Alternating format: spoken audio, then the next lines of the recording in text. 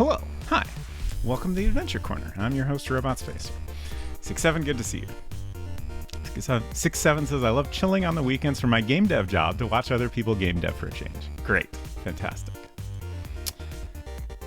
So I'm testing a lot of new things today. Hopefully, most of them won't be noticeable. I've already noticed that something's gone wrong.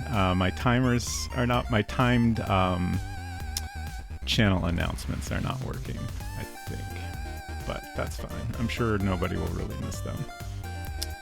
Hopefully everything else is fine. I have made some changes to hopefully address the recent sound issues I've had. I don't know if that will work, but at least we can narrow things down a little more. I've removed some software just to check whether that is related to the issue or not. Hopefully it'll all be fine. But World Builder. Let's see. First, I want to talk about some things. You took the extra V's out of Adventure. Yeah, got rid of those. Back to just one. Nico in the bad seats. Hello, welcome. Still catching up on your Malpidi streams. That was something the other day that I wanted to check for on your own sake. Presume you're using DOSBox to play with it. If so, which version? Because the current version, 0.7.4, has a bug that makes the game unwinnable. That's interesting. I'm using DOSBox X, and I actually noticed that I've been using a little bit out-of-date version. I guess DOSBox X uses dates for version numbers, so I have the 2023.10.06. I assume that is... Actually, I don't know if that's would be... It's probably October. That makes sense. October 6th. But I downloaded a more recent build from this year that I was getting ready to install, but have not yet. So yeah, that's interesting. I'm curious. Also, like,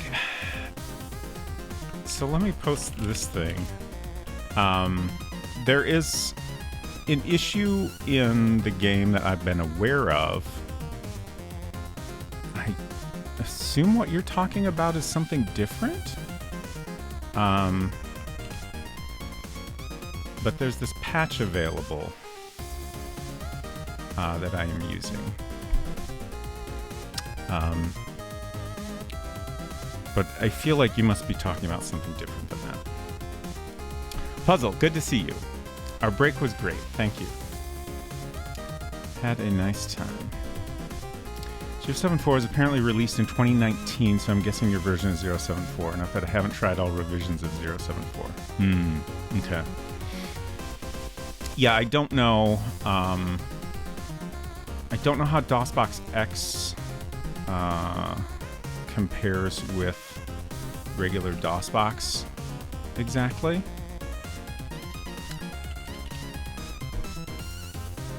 I do have, I'm pretty sure the version of DOSBox I have installed, plain DOSBox, is, yeah, it's 7.4.3.3.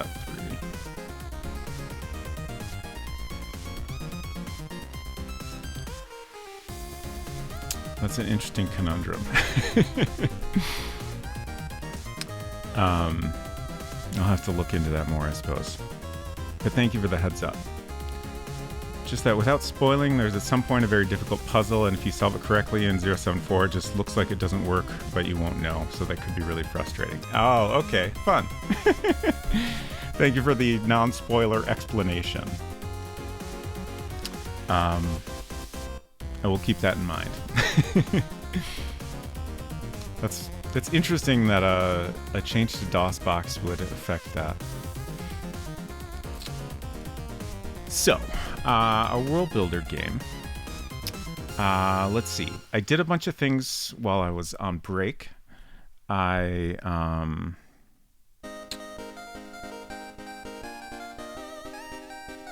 I'm trying to understand my first note here. Finished up some things we were working on last time. Navigation away from close-ups is exactly what the note I wrote for myself. Oh, right. So we have some code that handles leaving a close-up view, like the little sweetie that we have here. If you type back on this screen, we need to take you back to the location you were at. And because of World Builder's limitations, I have to copy and paste that all over the place. And I have done that. So that's all taken care of. And hopefully we won't add any more locations. So hopefully that's the last time I'll need to do that. Silver, great to see you.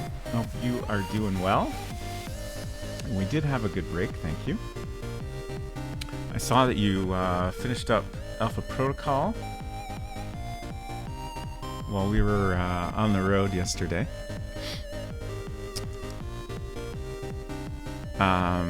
Great, still plugging away overlay stuff. Nice. Speaking of which, Silver is starting a new series called CDN, the Consulting Detective Network. And that is going to start on April 27th, which is a Saturday. And I will be joining him for the very first episode, which I'm excited about. We haven't figured out what time that will be. We should probably do that soon. We shall see, and I will let you all know. Yeah, we'll figure it out. It's fine. No big deal. Computer-based naming will never stop, and for once I actually made the pun intentionally. Good. Yeah, it's two weeks almost. It's fine. Okay, so the next thing I did was we had some inconsistent navigation code. Normally, World Builder handles navigation for us. So like if you type north or N or choose north from the commands menu, World Builder will automatically take you to the appropriate location based on the map view that you can edit in World Builder. But there's some cases where, like if a door is closed, we can't just use the automatic behavior because we need to write code that checks whether the door is open. So in those cases, we need to handle that navigation ourselves. And previously, I was only checking for the full word, north, south, west, east. But World Builder itself allows you to type the abbreviation NSWE, so I've updated all our code to be consistent about that. The next thing, I found a couple kind of funny bugs that I will demonstrate. One of them in particular is kind of hilarious. But I have to open up an older build to show that. So this is going to be like Gathering of Detectives in Murder by Death. I don't know what Murder by Death is. So I should explain. Consulting Detective Network is going to be, Silver will be co-streaming with a bunch of different people. So like we'll be playing a game through from start to finish. And he's got a bunch of other folks lined up that will each be playing a different game along with Silver. So it should be fun. And there's some really good games. Of course, as you might guess from the name, they're all like mystery detective type games. So very much up my alley, and there's lots of stuff that I'm excited to see. Okay, so let's open up one of our backups here. I think... Well, we'll just pick this one. Hey, Mac, good to see you.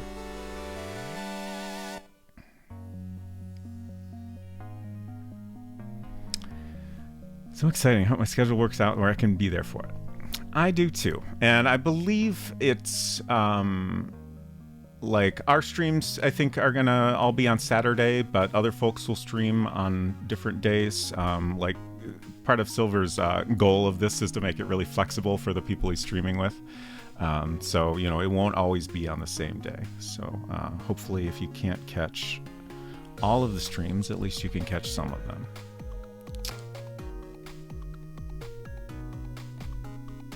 Okay, so let's cheat and get inside the house here to share this first bug I discovered. I was playing through the game a little bit to test some things, and I don't remember why I did this, but I happened to type push button without taking the skull first, and it turns out I didn't actually check to make sure that you had taken the skull before you push the button.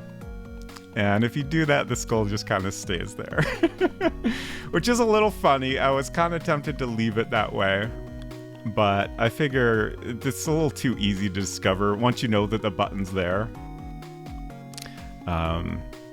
So I did fix it. And then, let's see, the other one takes a few more steps to demonstrate, but I think we can do it.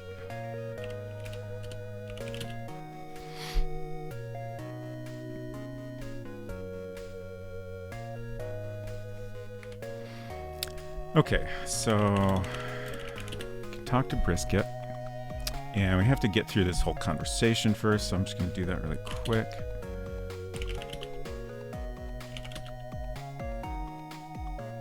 Let's see.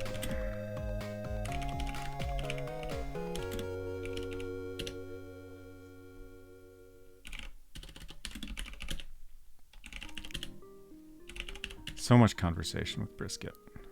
Okay, I think that's all. Back. There we go. Okay. And then... there we go. Our nice little three-frame animation plays. And then we can turn off the light. And this is where the bug comes in. So the light's off now. And I can go back here. But if I go back in, the light's back on. And this gets extra goofy if you turn off the light and then take the bulb and go back in. And now the bulb is gone, but the lights are on. So I have also fixed this bug. I forgot that we needed to check when you're going north from the hallway what state the other room is in, and I had to actually like add a new variable to keep track of that, because previously, like in most other situations, we can just take you back to the last location you were at, or swap you from one to the other if you're turning the light off and on, but now we have a variable to specifically keep track of whether that light is on. There's quite a lot of variables related to that light. I noticed when I was scrolling through trying to figure out if I already had an existing variable to keep track of this, I had two variables that were labeled whether or not the light bulb had been taken. And it took me a while to figure out why I had two variables for that, but we have one to keep track of the point you get for taking the light bulb the first time. And then the other one keeps track of whether or not the light bulb is currently in there. So you can unscrew it and then put it back in if you want to for whatever reason. I just kind of put that in there because I figured, why not? And if you do that, you'll still have your point that you got for getting the bulb, but the bulb will be back in. So we need two things to keep track of that. And now there's another one to keep track of whether it's on. So hopefully I didn't create a new bug in the process. We'll definitely need a lot of additional testing once it's fully playable. I haven't been worrying about that too much until we have a fully playable version of it. Let's see. The next thing I took care of was... adding a bunch of replies. I finished up the email interface almost. So let's see. I can get us to...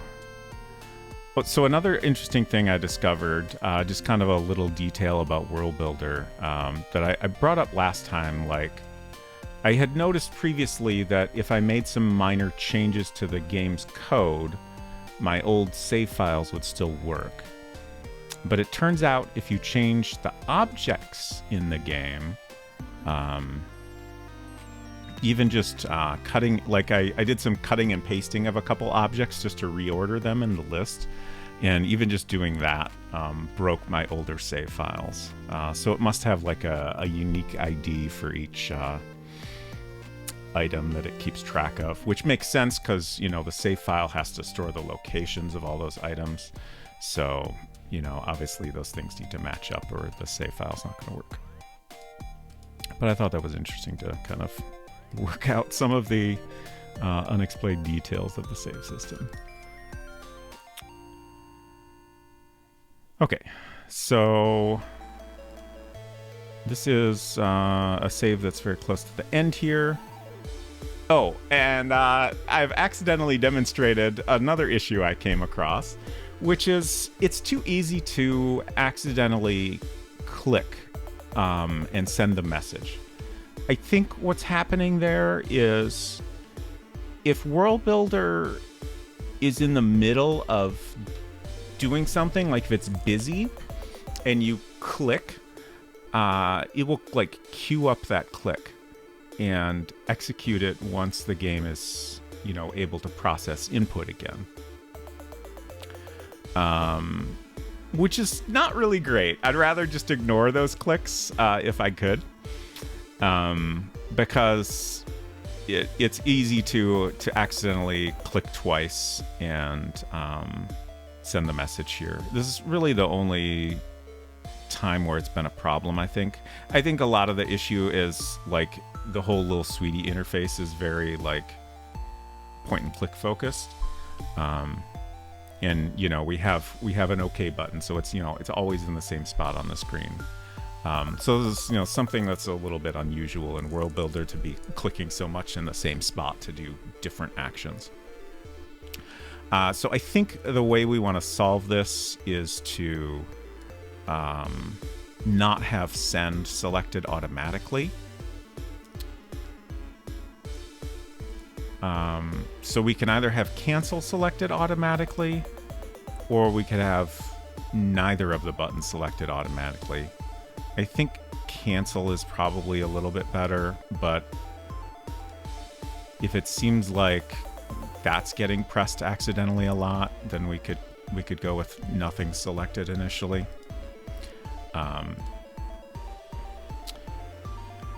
But we'll figure that out. So then I also have a bunch of replies in here. There's two that are like very, you know, Little Sweetie clearly wrote these replies for you. And then the rest of them are like appropriate to the email you're responding to, and very different like types of responses for some of them. So you can cycle through them all with the SAS button here. And in testing it, I noticed that the randomness is not cycling through all the options well enough. And like I've had times where I clicked 10 times and I would only see like 3 or 4 of the different options. So I think a change I'm going to make is to just cycle through them all in order. And I think it will feel like you're getting random responses the first time you go through the order. And then the second time you go through the order, you know, you might realize that it's not actually random, but that gives you an opportunity to find the one you want to actually send. So I think that'll work out better overall. And then everyone will actually see all of the options that are available, which I think is good. So that's, I think, the first thing we're going to work on. And then the last thing I did over break was to actually finish up the sending. We got a tiny little animation there, and your message has been sent. And then I also updated some text here. One thing I still have to do is I want to have this text change depending on what the tone of your reply. Like especially like if you send a very jokey response, one of the Little Sweetie options, we should respond to that in a very different way. And then there's some that are kind of like angry responses, which I think also should get you a little bit of a different kind of wrapping things up text. Okay, so let's start with changing how the replies work. Hopefully we can actually start working on the final scene of the game today, which is exciting. But we'll see.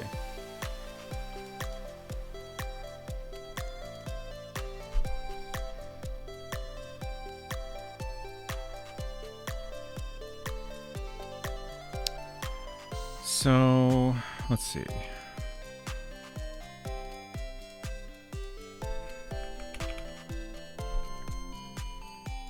Oh, you know, a funny thing, it's hilarious that it took me so long to realize this, but there have been lots of times where I needed to scroll all the way to the bottom of the screen, and it's so slow. Wait. Oh, we're already there. Oh, I sped it up already. So on the normal speed that I use, which is this, like this is a realistic speed like you might actually get on a Mac Plus, and it takes so long to get to the end of the list, and frequently it jumps back to the top for you. But I realized that if we put the emulator on maximum speed, you can just get to the top or end of the list instantly. And then, like, you know, even if the thing you want isn't quite at the end, you can just switch back to normal speed and scroll up a little and find what you're looking for. So that's a big time saver. Hooray for emulators.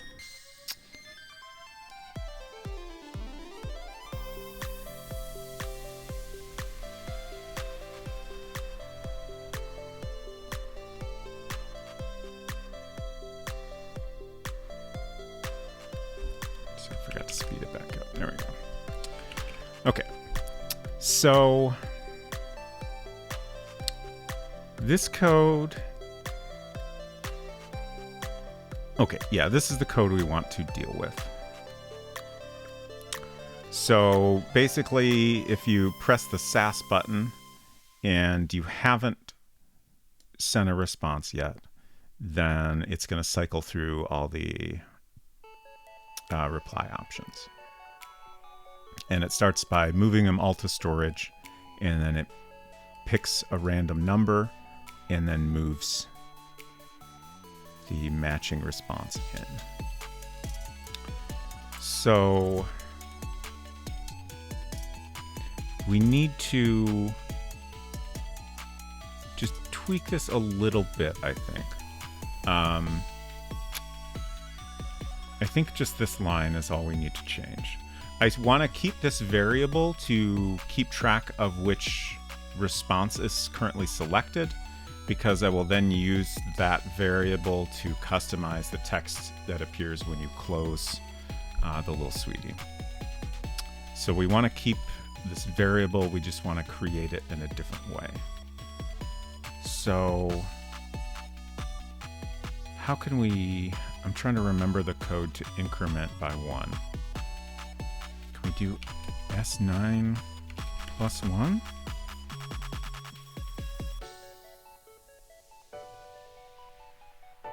I think that's valid. Let's check.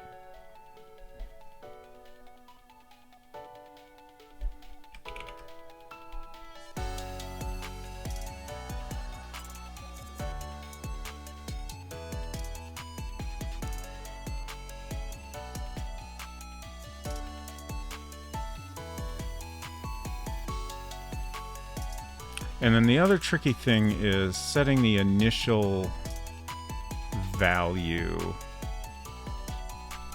So our replies are numbered 1 through 8.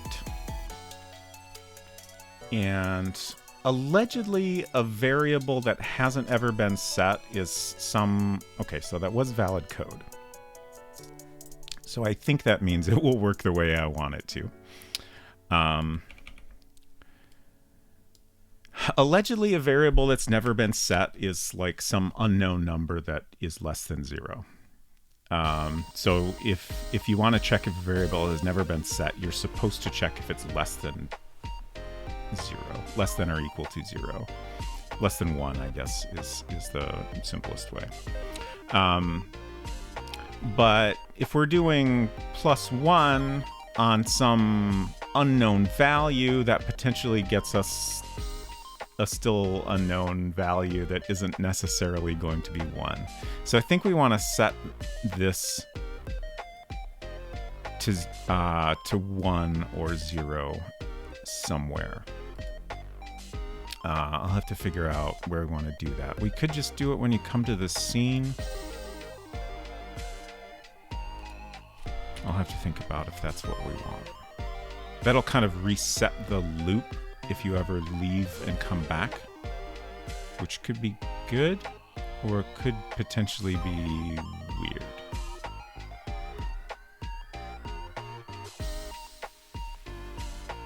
Actually, yeah, I think that's a problem. Because if you leave here and come back, then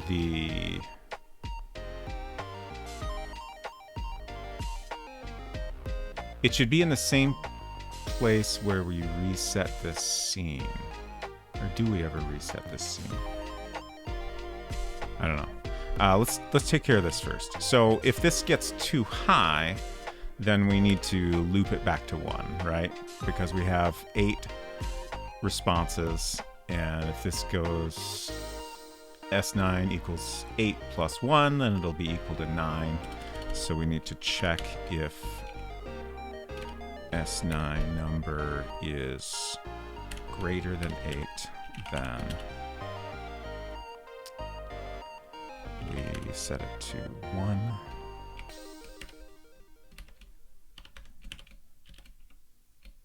And end. And then the rest of this code should be good as it is. So we're doing 1, 2, 3, 4, 5, 6, 7, and then 8.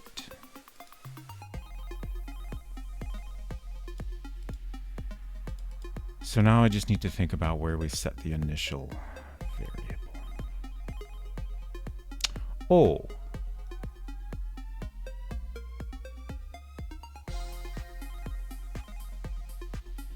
I can actually do this all right here.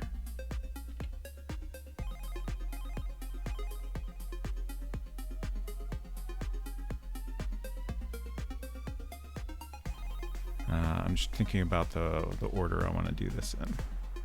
Yeah, I think we should do it. We should do it before we add 1, just to make sure that we're starting with an expected value. So I'm just going to copy and paste this just to save a little typing.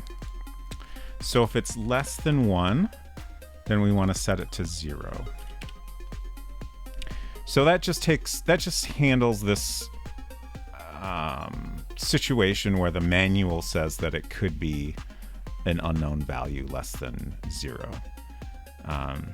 So we're making sure that it's never anything smaller than 0 when we start this loop. And then if it's some other value, it won't change it. So we're never resetting that variable unexpectedly. We're just giving it an expected default state. And then it adds 1. So like our first time here, it will make sure that it's set to 0, and then it will add 1, which is what we want.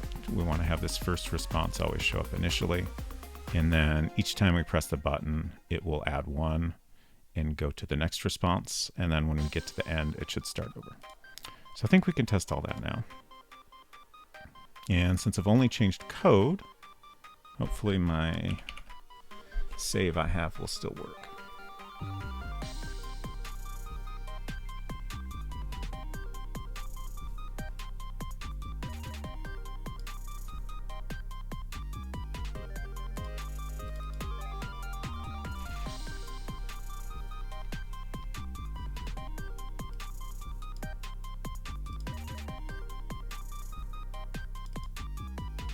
I also noticed over break that this computer has been updating my Apple Music listening history. So Apple thinks that Stream Beats by Harris Heller is just like absolutely my favorite artist for the past 3 months. Fortunately, there's a setting to disable that like on a specific computer, so I have now done that. Okay, so this is our first response. Oops, I accidentally pressed the wrong button.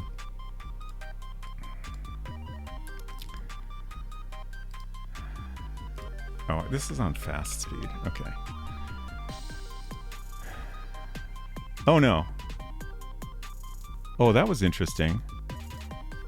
It repeated the first one. Why did that happen?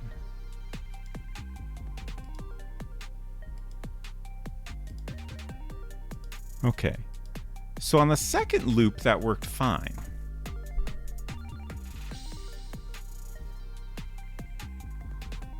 It's not my favorite artist. I do enjoy, as far as like royalty-free stuff goes, I think this is pretty good music, but it's definitely not my number one artist.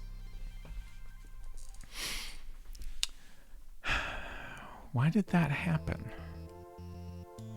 Let's check it again to make sure the same thing happens here. And just see if I can observe anything that makes sense of it. My monitor keeps adjusting its brightness and it's a little annoying. It's suddenly very bright now. Okay. So we might want to print out what the variable is set to just so I can see what's happening. And then we go to the same response and then it starts working correctly. Is there something weird where...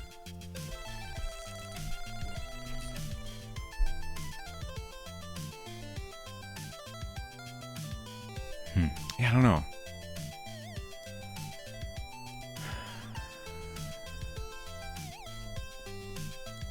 I feel like the code I wrote is correct, but maybe there's something I'm overlooking.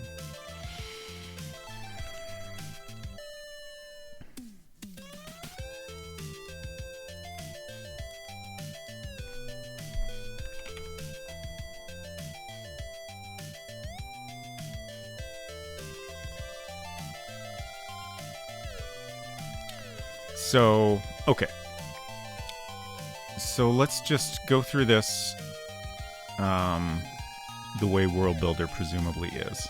So we get here the first time. S9 is set to either less than 0 or 0. In my testing, it's actually set to 0 the first time you use a variable, but I don't know if maybe some versions of World Builder are different or something. But let's just say it's, I don't know, -1,000,000. Then we have our code here that says if S9 is less than 1, then we set it to 0. So whatever it is, we've now set it to 0 definitively. And then we say set it to its value plus 1. I wonder if what's happening here is this. No, even if that's evaluating to 0, yeah, it should always give us 1.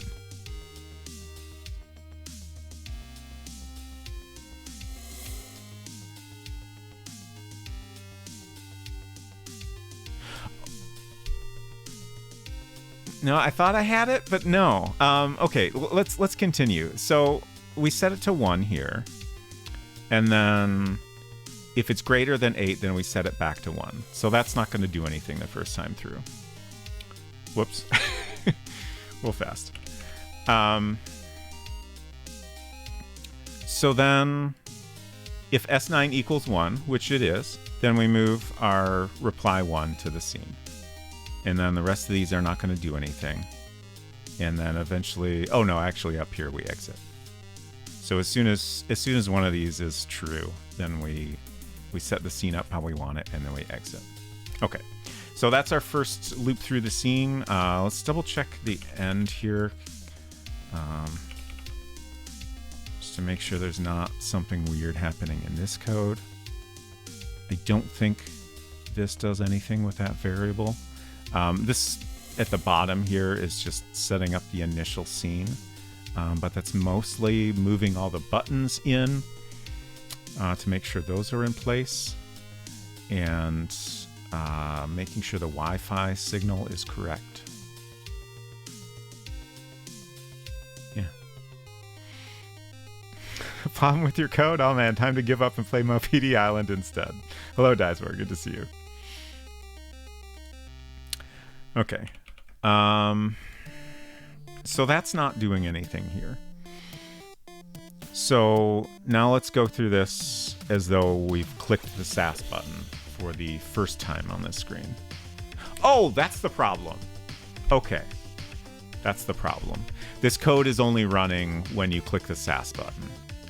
We need this to happen the first time you get to the scene.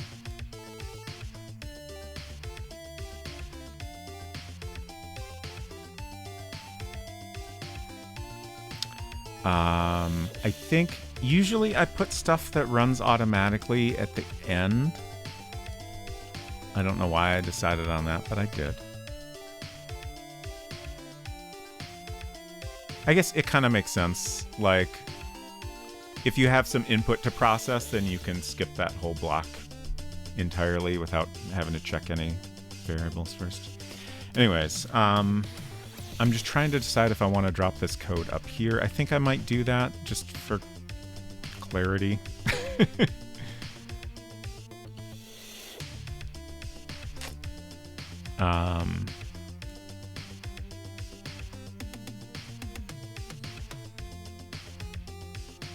This will run every time this scene updates, but I think that's fine. That's kind of what we were doing already. But now it will happen even when you haven't pressed the SAS button. Yeah, so like what was happening before is the first time we were getting to the scene, that initial reply is already in the scene. So that's why we see it the first time. And then the first time we click the SAS button, we basically make that the next thing we're displaying. But now, wait, this is still not quite right, is it?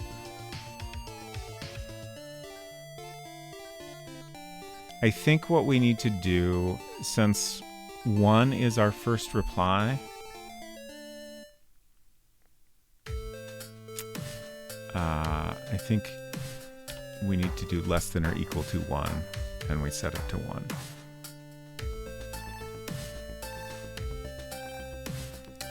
So then when we first come to the scene, this sets it to 1, and that graphic is already displaying automatically. None of the rest of this code is running on that first loop through. And then when we hit the SAS button, this won't do anything because it's already equal to 1.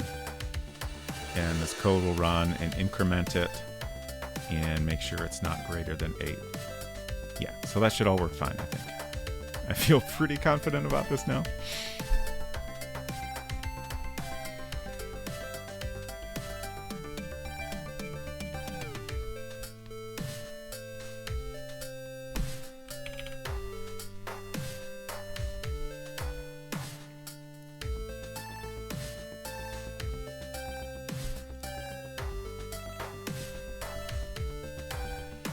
I'm still thinking about the best way to handle that accidentally send.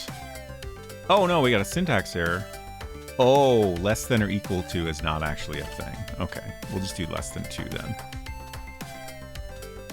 That's fine.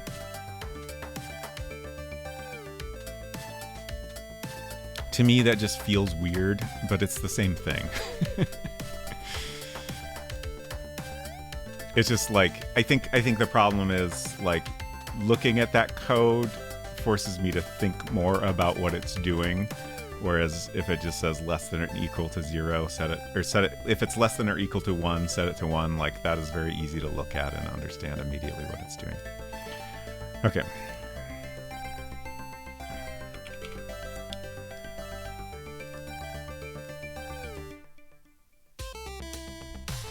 Equal is a thing, but less than or equal to isn't.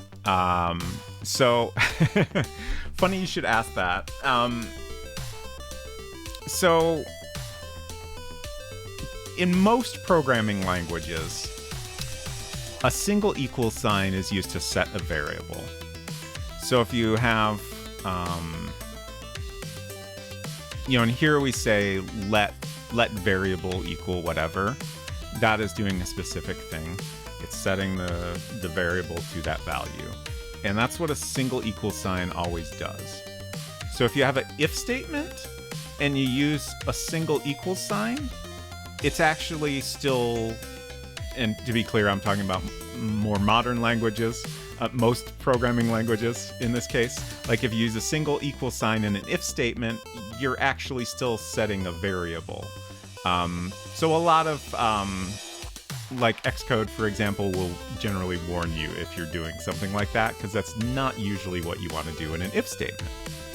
But in this language, in an if statement, a single equal sign is checking the variable. It just, it understands that this is an if statement. I understand you just want to see what this value is. Which I think for the audience for this language, makes perfect sense. There's never a case where you need to set a variable inside of an if statement. But we do have a double equal sign in this language, and it's a very different meaning. In a typical programming language, double equal sign is how you check if a variable is equal to another variable or another value. So that's what you'd use in an if statement typically. But in this case, a single equal sign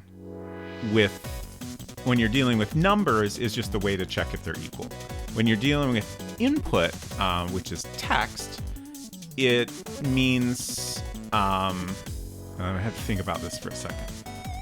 Which is which? Yeah. It means contains, basically. So if the input contains this other word or phrase, then that will be true.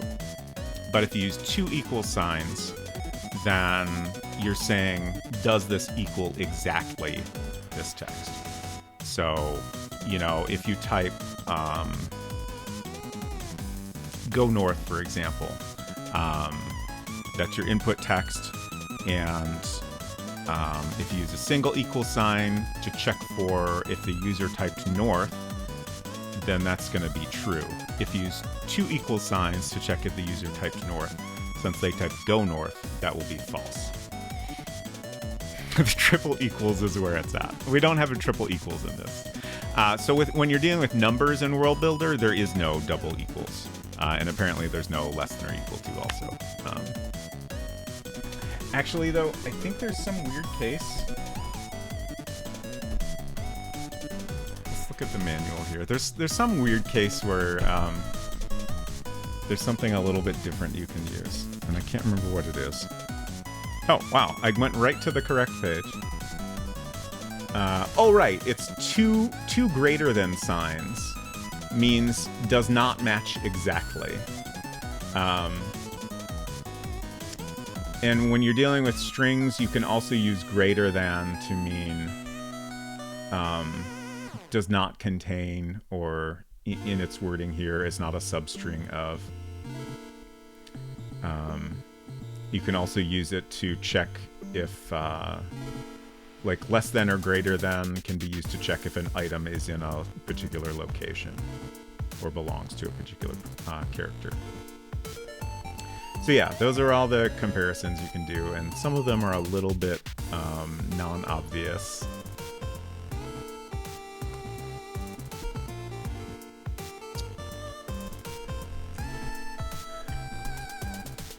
Single equal sign catches any phrase containing north, but double equals must match exactly north. Wild. Yeah.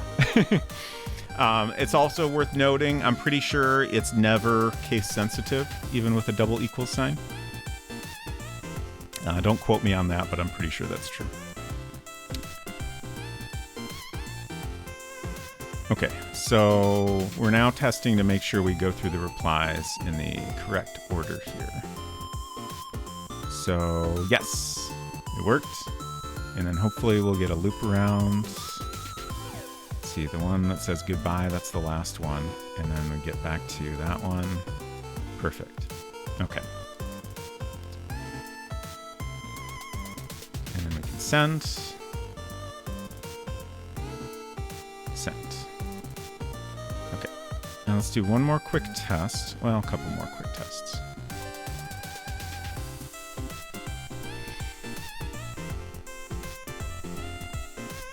Also, hello, Green Castle Black. I don't think I said hello to you. Hope you're doing good. Okay.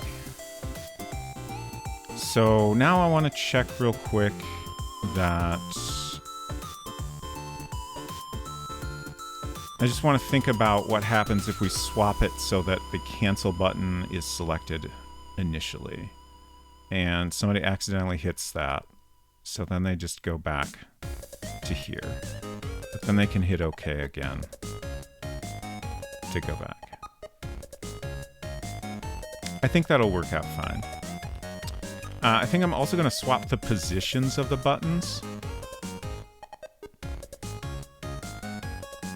so that the default selection is on top still. It's because that, I don't know, makes more sense to me.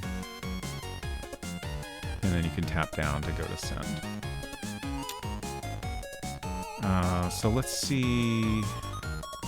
What's the other thing I was going to check?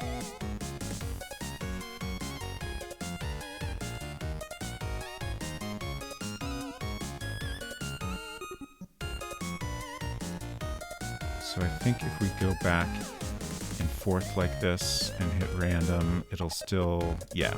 So it'll still proceed through them in the same order. So that's great.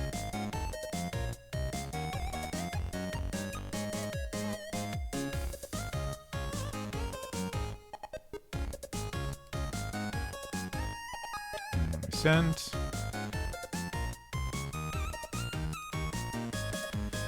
And then on this screen, we'll check the variable so we can print an appropriate message for the response they've chosen. Okay. So let's fix those buttons. Oh, there was another thing I wanted to check. Actually, I can check it in the art file. Yeah, we'll just do that. I think our buttons on the Wi-Fi screen are in all caps. God, I do that all the time. And we should probably be consistent with that. Not the most important thing in the world, but if they are in all caps, I think I'll do that on this screen as well, since I have to redo the buttons anyway. Error? Is that right? Okay, yeah, so we have this connect button, and I feel like we should match the style of that. The Wi-Fi text is capitalized normally because I figure that would display the actual Wi-Fi name the way it is. Huh, is that? What size is that connect?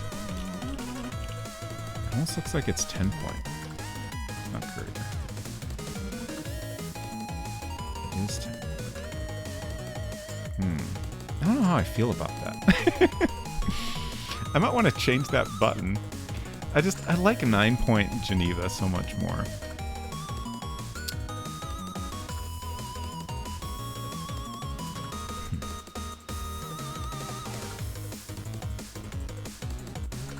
So yeah, I think what I did was I made the buttons match what I had done with the Wi-Fi network name. Is that a different size?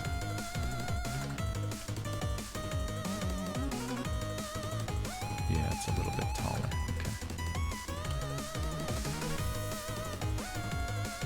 Okay, I think I'll update that button.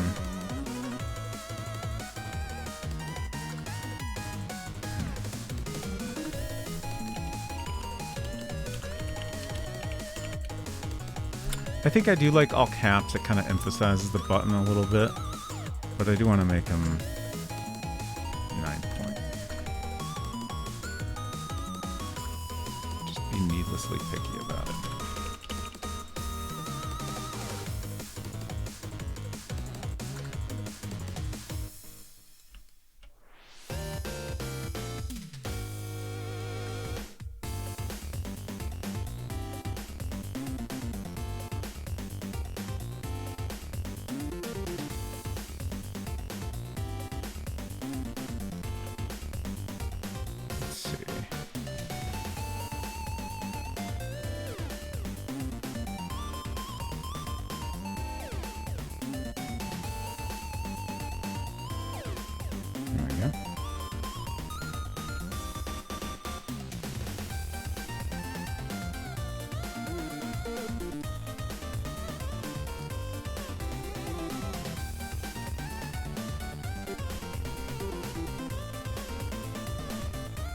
5 pixels.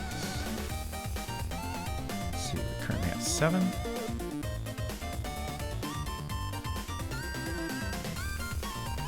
Great.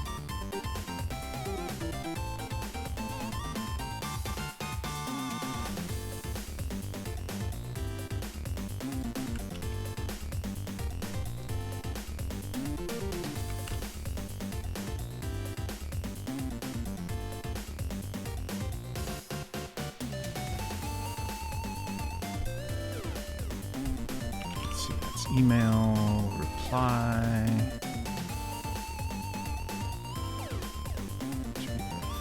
Yeah. Okay. So then we need 2 different graphics here. We need to recreate this one and this one. We're going to swap the order. Capitalize. So I think I liked having the no thanks button instead of cancel.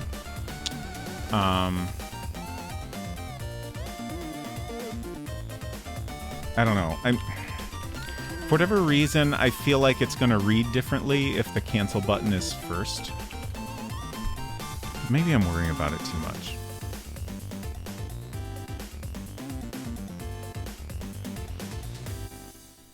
Like, just maybe it's more maybe we should just be obvious to the player about what this button is doing and say cancel.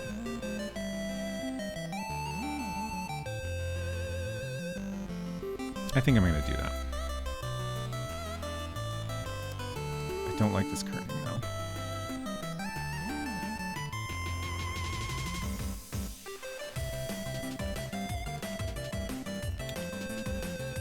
though. Okay, so let's start with this one.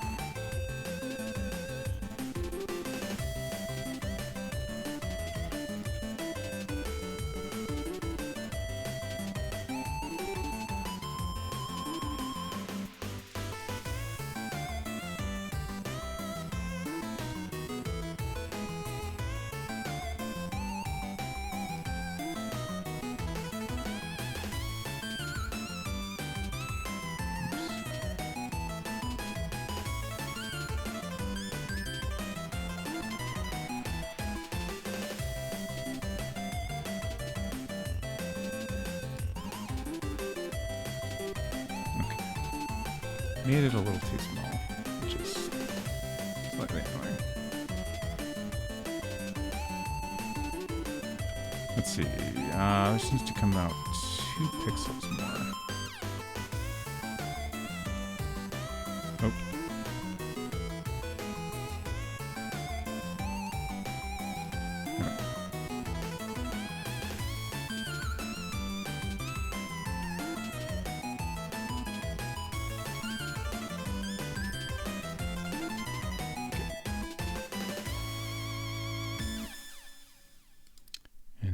This text.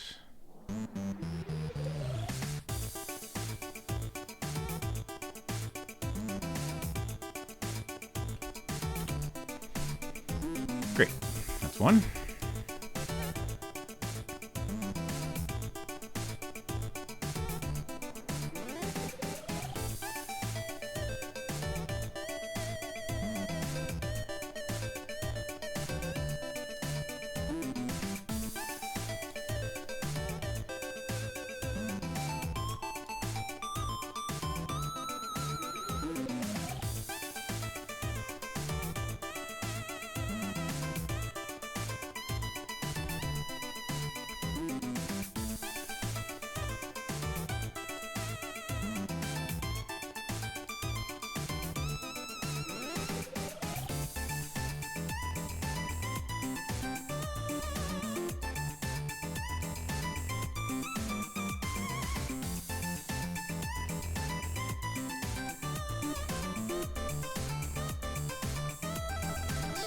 Pixels, so 3 more.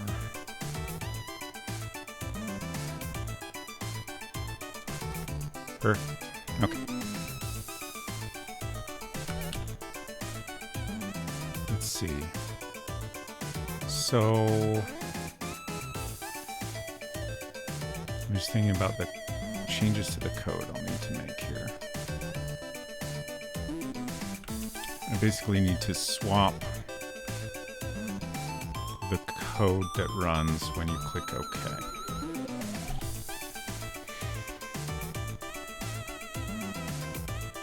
Oh my... it's funny. I almost said more than once that every time no one has chatted for a bit, I worry that my app has stopped working. And in this case, it actually had stopped working. I don't understand why that happened. But apologies, I haven't been responding to chat for a bit here. I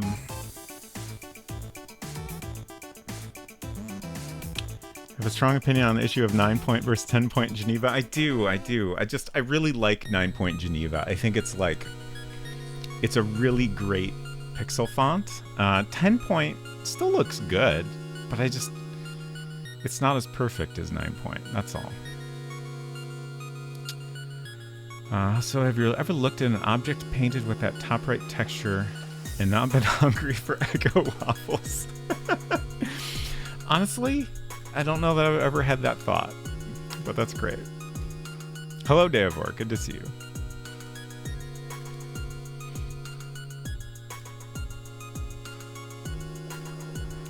Hope you've been doing well. Tony, good to see you as well.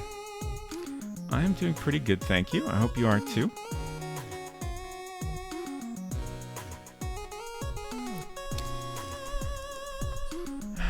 Okay, what was I doing? I was copying buttons when I started wondering if my chat wasn't working again. To explain, I've been working on a Twitch app. It honestly does a lot of different things. It's kind of an app to do all the things I wish would work a little bit differently when I'm streaming. But one of those things is pretty much ever since I started streaming, I've wanted a chat where I can just hit a button on my keyboard to mark everything as read. So like when I'm glancing over a chat, I can see quickly what messages I haven't looked at yet. And I've finally, after a lot of work, have that all set up and working. But obviously it still has some bugs. It also does lots of other things like handles commands, chat commands and stuff, and lets me do shoutouts in exactly the way that I want and stuff like that. Playing some maximum difficulty RimWorld right now, and I don't have the heart of the cards with me today. Might have to start being responsible soon and cook. I have not played RimWorld ever. Yes, save changes.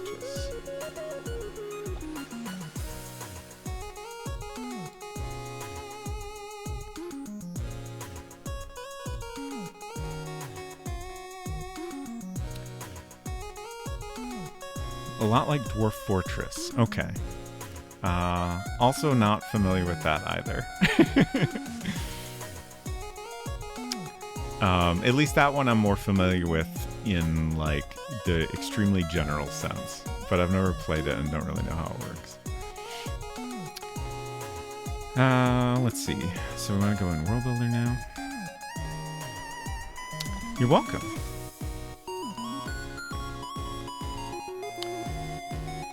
How's the development of your game going? It's going great. We're so close to the end. I said previously that I was hoping to finish it during Marchintosh this year. That didn't happen. Then I was hoping we could finish it before the 1-year anniversary of when I started working on it. That was actually last week while I was on a break, so that didn't happen either. But now my goal is to finish it before the end of April. I think we can do it, but, you know, we'll see how it goes. But I'm excited to wrap this up. Initially, I figured this would be a short, like, 4 or 5 stream project. But I was having so much fun with it that I put a lot more work into it. And I'm glad I did. But I'm also excited to finish it up. And when I do finish it up, I'm going to start working on a Playdate port of it, which should be very interesting. I probably won't stream... Like with this, I've tried to stream almost all of the development. I occasionally do little things off stream, but I try not to do anything too significant off stream. But with the Playdate port, I'll probably just do kind of sporadic streams, just whenever I feel like it.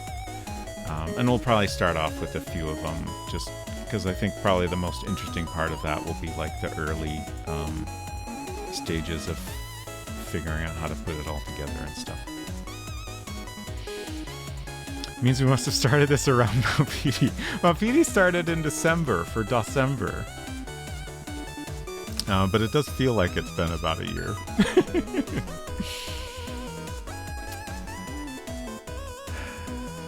Okay. So we need to update some objects first. Let's see. We're going to scroll all the way to the end first. We'll start with the buttons we were meaning to update first. So these are RB 1 and 2. And now I'm thinking about RBs.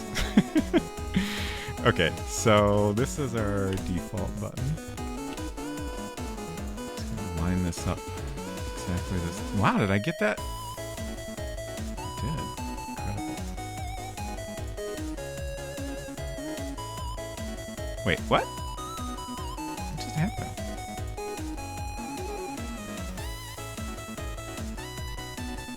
What did I do? I thought I chose send it back.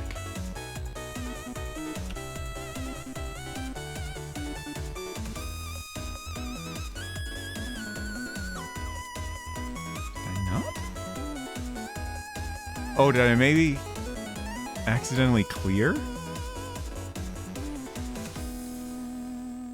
What? That time I know I hit send it back. Why isn't it? Oh. Okay. We have an opaque box here. Is that something I still need? I think it is.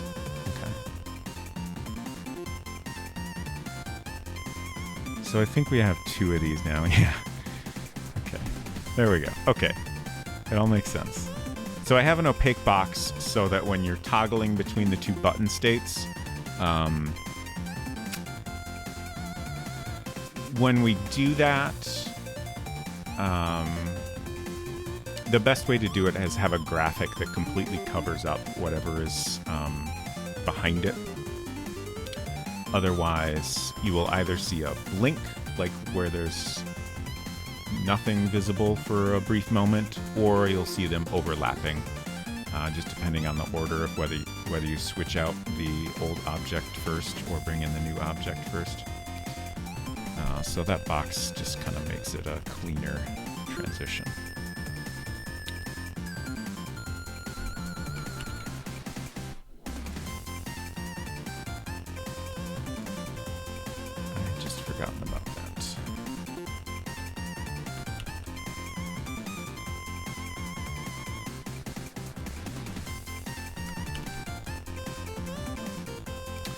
My closed captioning is not working. Why is my closed captioning not working? I'm so sorry. It's weird because it definitely didn't change anything.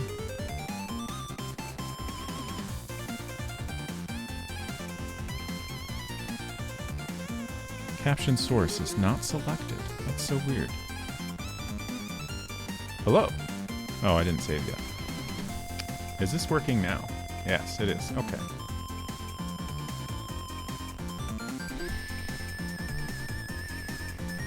I was literally just texting Pixel Chat for closed captioning right before the question was asked. This is my fault. I apologize. Unsecret Crush is playing Werewolf, as she sometimes does on Sunday, and she, I think, usually has my stream open with captions on.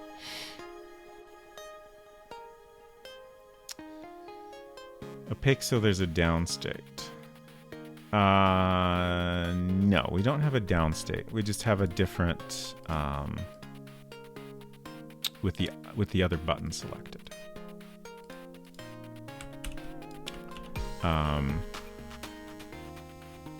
I did not bother to do downstates just because that's not really something World Builder supports. We could kind of animate it, but it's not really worth the effort. Okay, I think that's good. Oh, that's a little bit a pixel taller just to be consistent. Make sure nothing's peeking through.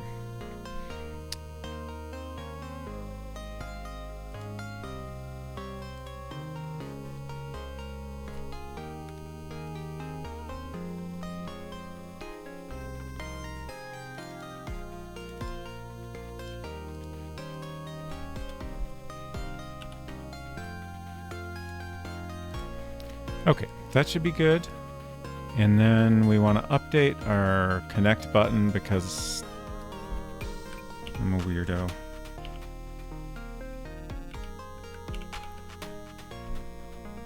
So that means I have to find that in this list.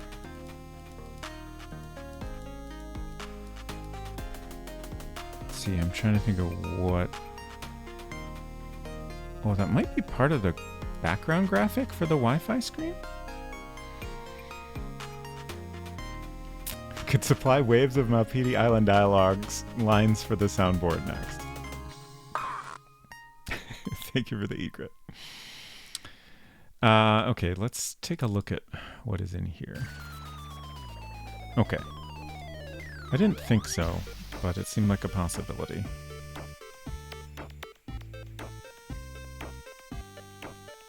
Let's keep scrolling. I honestly can't remember how I...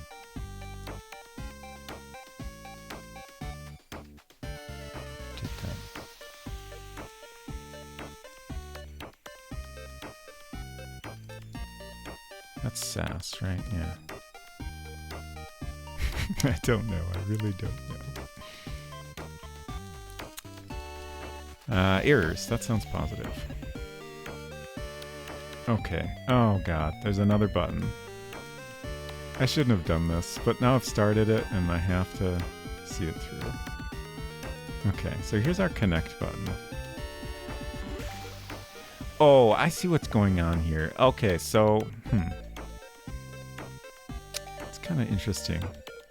I made a weird UI decision here. It's fine though.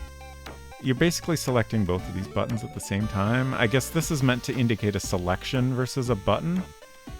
They just appear identical.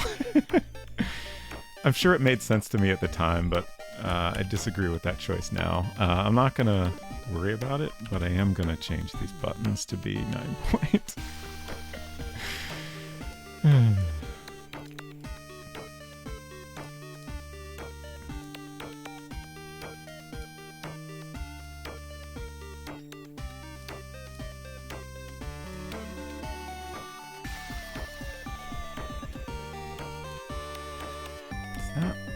Centered?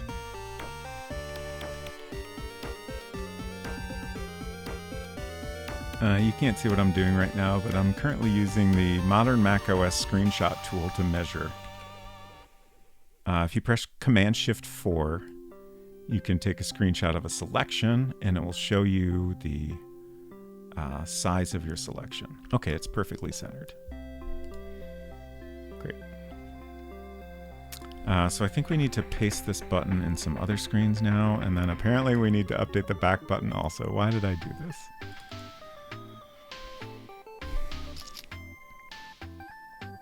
Dogs have reminded me it's time to walk and feed them, so be right back. Okay. I hope you have a good walk. I hope B and Will will have a good walk. EC4. Okay. Oh, we have an error 4 somewhere, don't we? There's definitely a... What's the library Wi-Fi? And that's when you're connected. So yeah, there's definitely another error screen somewhere. I guess got separated. There it is. Okay.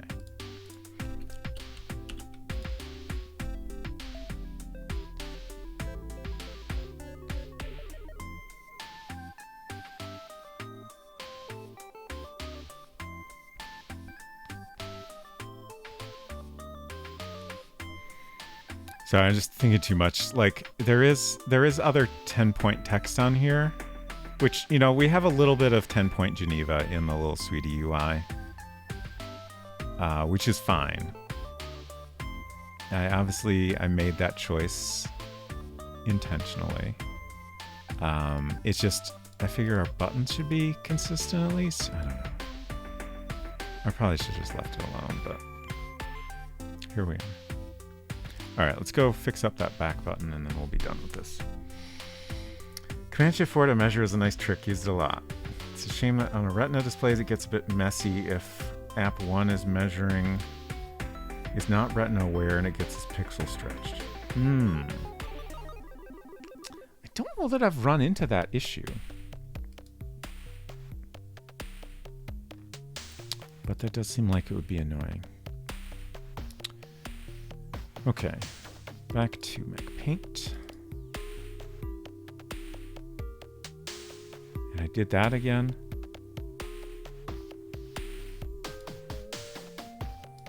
It's always clicking too many times.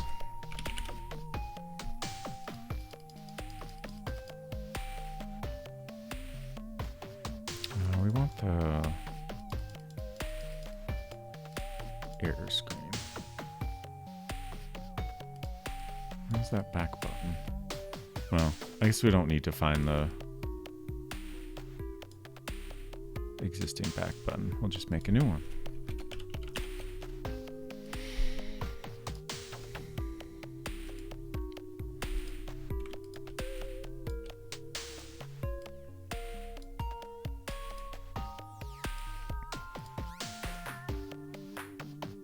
That's tricky.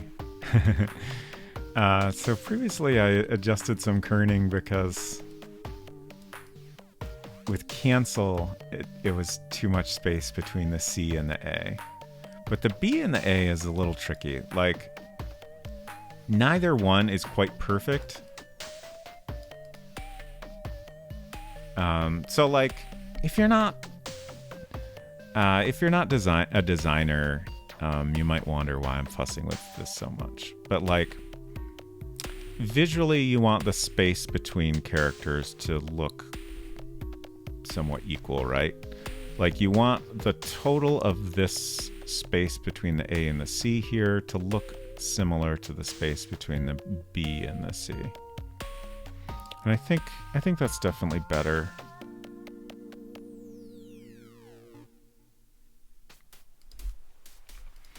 It just, like, if you fuss over those details, like, you know, most people aren't going to notice specifically like what you've done, but it'll look nicer as a whole, and people will tend to notice that it looks a little nicer.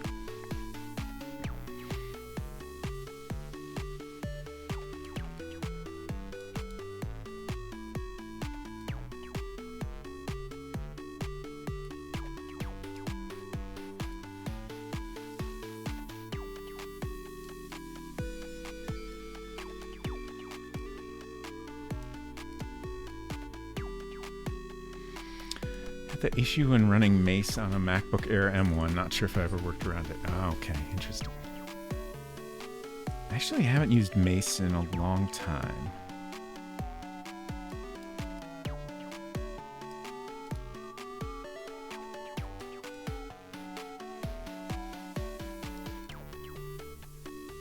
Okay, it looks 1 pixel too long.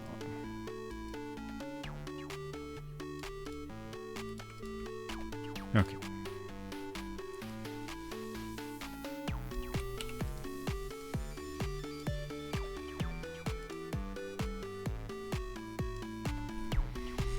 Now hopefully I won't notice any other buttons that don't match. I'll do my best to not worry about it if I do. We'll see how that goes.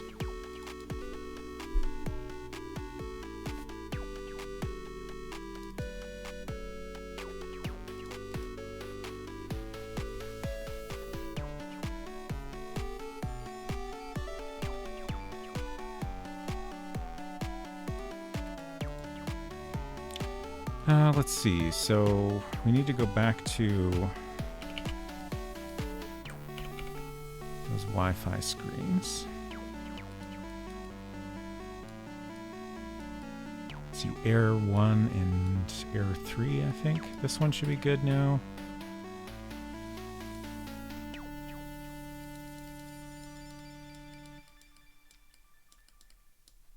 I think this one's fine. No, that's one that needs to be updated. Okay.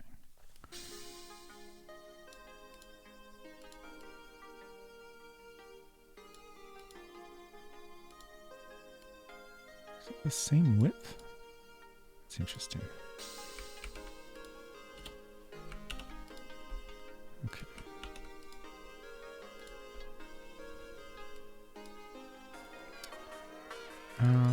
This one is fine, I think. I'm just going to paste it in here to check. It looks like it's centered pretty well. Don't need to update that.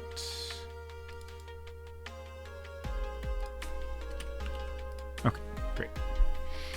Speaking of, I was just talking 1 week ago with my friend that's considering how little time there's to work on it, we should think about open sourcing it. It's just that there's a lot of mess to clean up first before we dare to do that. Ah, okay.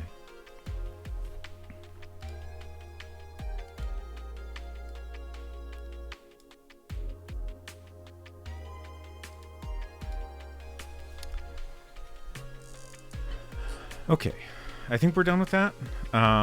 So now we have to update some code.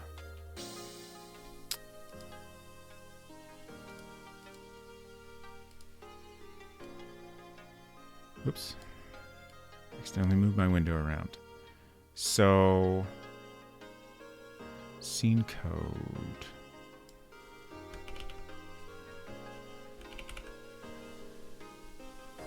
So, our code is now referring to the wrong buttons when it's checking for things. So the code that runs when you press OK is backwards. So anything that checks for RB, we need to review and make sure that's correct.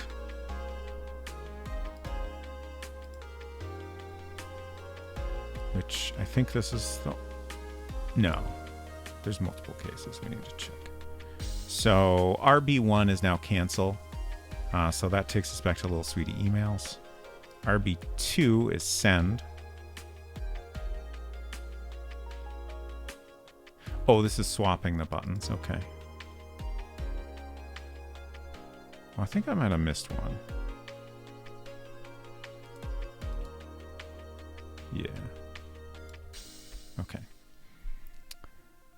So if send is in the scene and you press OK, then it runs all this code to send it. If cancel is in the scene and you press OK, it takes you back to emails. If cancel... Oh, wait, no. This actually we don't want to change. Because that's just swapping buttons. It's not changing the behavior of the buttons. It's just taking you to the second one in the list when you press down. We don't want the selection to go up when you press down. That would be a little bit weird. And then this should be fine also. Okay, I think that's all good then.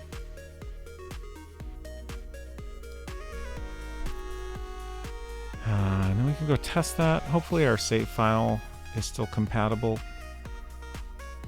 Based on what I've seen so far and just kind of thinking it through logically, I think if we ever remove or add a object, character, or scene, then that's going to break our save files. But if we like change art or update the code, then it will not. And that should be pretty much all we need to do at this point, I think.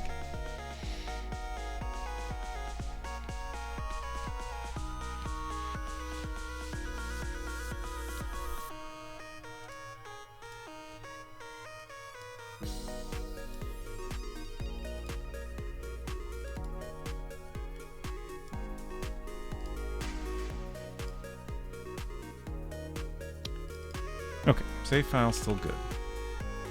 So press OK. And now if we accidentally press OK here, we just go back to the email screen And then we can just keep pressing OK to get back to where we were. So I think that's better. And our cancel and send buttons. Selection is still working correctly.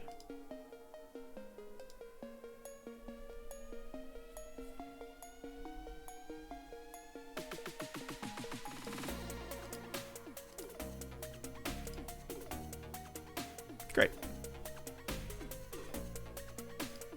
I think that's good. Now let's write the code.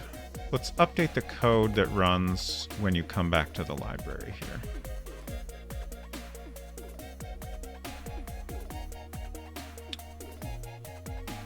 So this text I kind of wrote assuming you've selected like a positive response. But I also want to have text that is a little more appropriate if you send kind of a angry response, and then also a response that makes more sense if you pick one of the goofy ones. So in order to do that, we need to look at the S9 variable and customize the text based on that.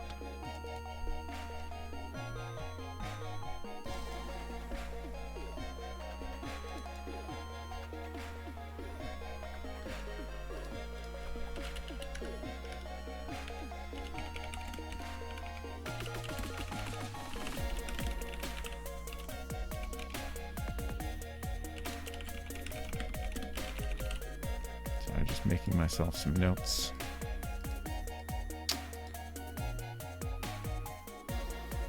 So that code is all in the library. Actually, let's see. First, I think we want to look at our responses. So I know the first two are the goofy ones. I just want to go through and categorize them all.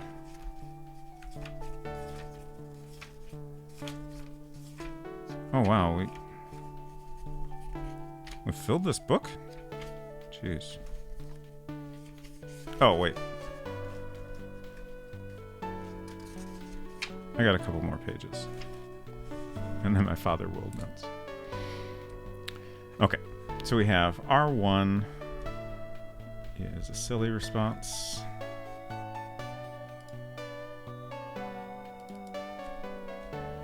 R2 is silly.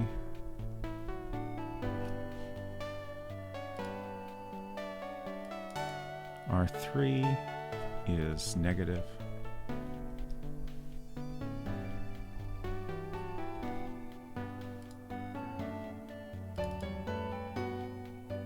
R4 is positive.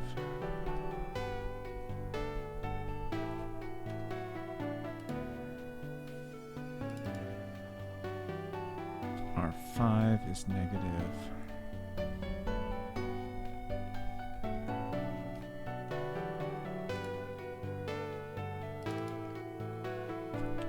And I think the rest are all positive.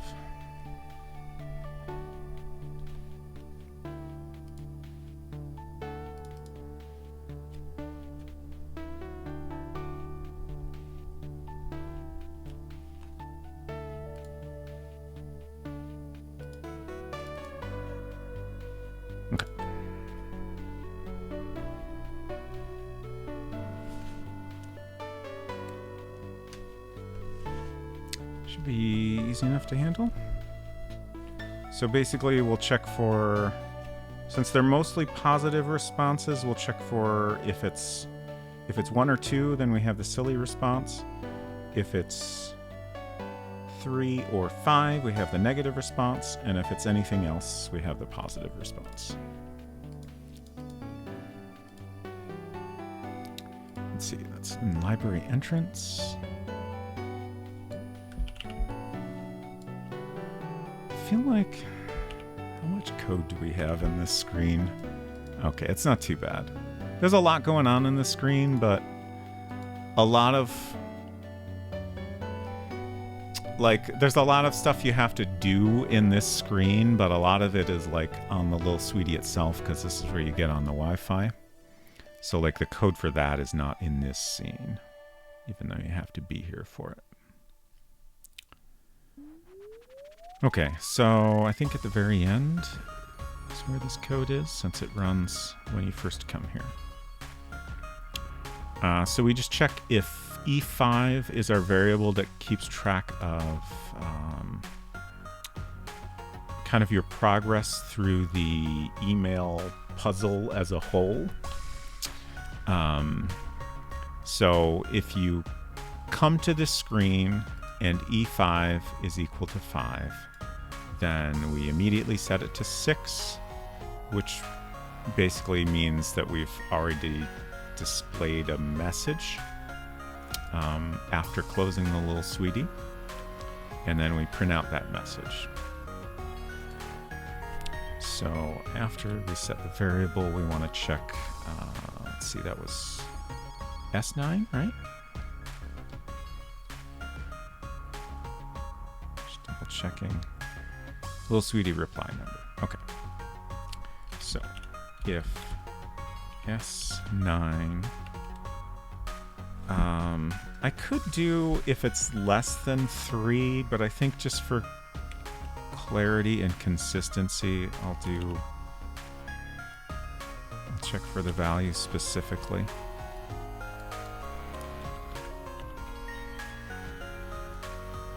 So if it's 1 or 2, then we print our silly response.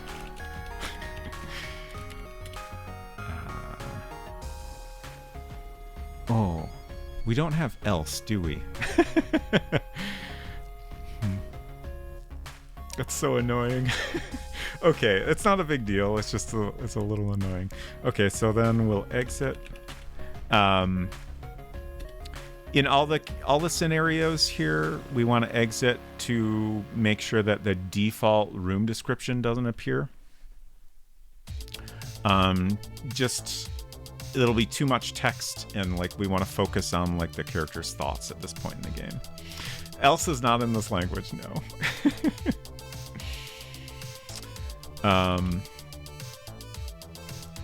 So then I'm just going to copy this block. We'll paste that one more time. And then in this one, we're checking for 3 or 5. Those are our negative responses. And then we want to copy this blank line.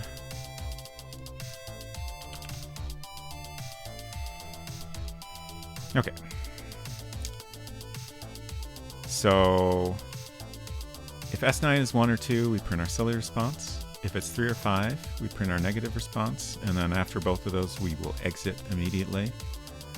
And if neither of those happen, we have our default response appropriate for one of the positive replies. I think I'm not going to worry about writing these. We're just going to leave that extremely default text in there.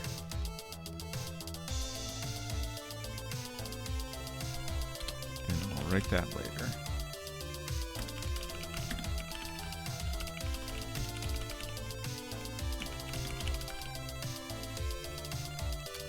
Okay. So now we'll just check and make sure that the correct responses are printing. Since we have a save, I think we'll go through all of them right now. Might as well fully test it.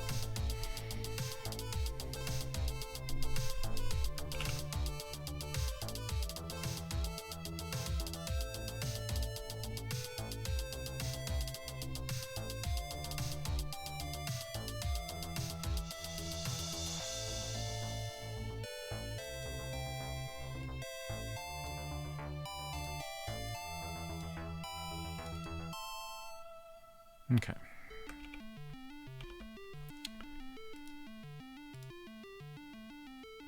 So we'll start with the silly response. I've got the speed up a little bit higher than normal, so that's why the animation was a little fast. Silly response. Perfect.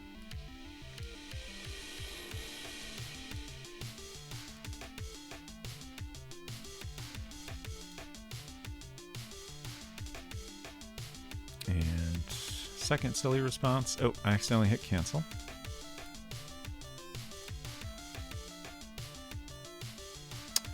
Rip Colony, cooking time. I'm sorry to hear that, but I hope you are making something delicious for your dinner. Okay, message sent, silly response, good.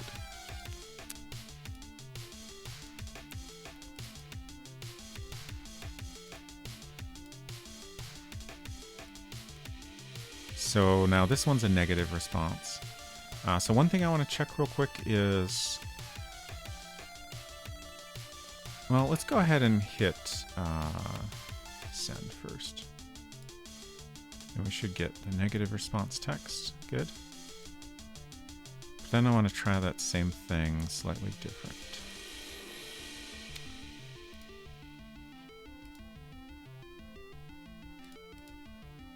So I'm going to select a negative response. I'm going to hit cancel to get back to here. I'm even going to just close the little sweetie. Actually, let's go all out in testing this.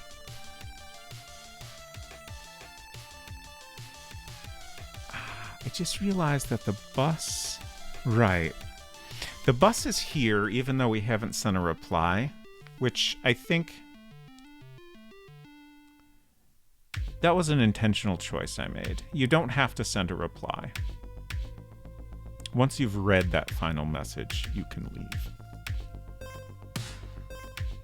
I'm just kind of pausing for a moment to think if that's still what I want to do. And I think that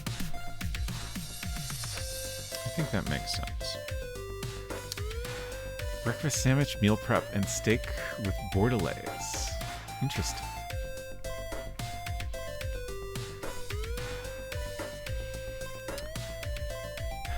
Okay. So let's open the sweetie and go back to our reply screen. And we're still on this reply, which is good. But let's try to send it, and we get our error since we're not on Wi-Fi anymore, which is great.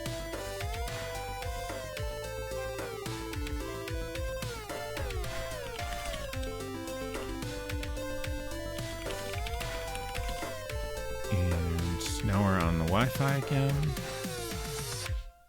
And now we can actually send it. Message sent.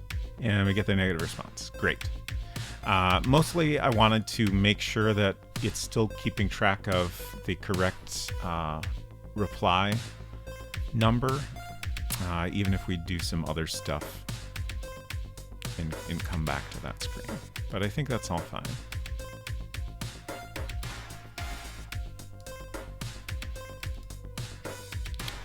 Okay, so we'll do the fourth one now, which is a positive response.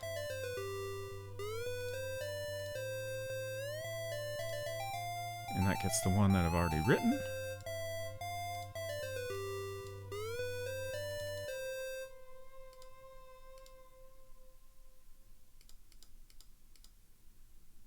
And then we have our second negative response. Perfect. That should all be good, but I'll finish testing all of them. To make sure nothing weird is happening, because weird things do happen sometimes.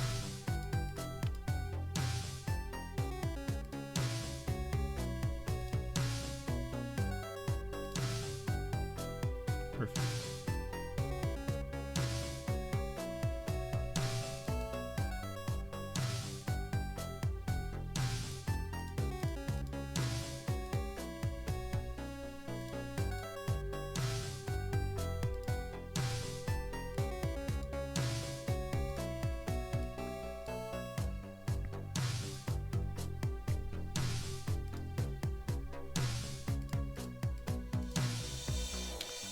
And then here's our last one.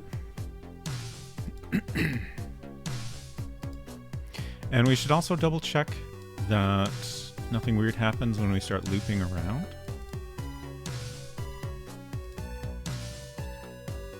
I can't think of any reason why it would, but again, it seems worth trying. So we'll loop around and come back to a negative 1. And then send it. Perfect. Okay. Aside from writing those responses, I think that's all done. I think we're pretty much done with all the little sweetie interaction. I think the thing I want to start on next is the very end screen.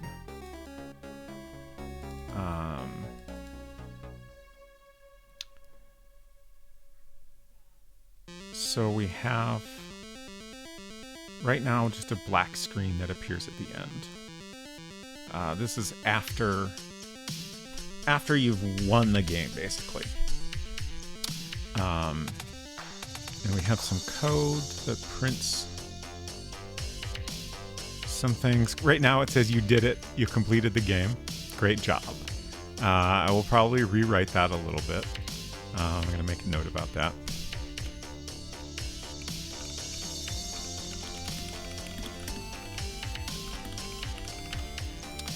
And then it prints your score.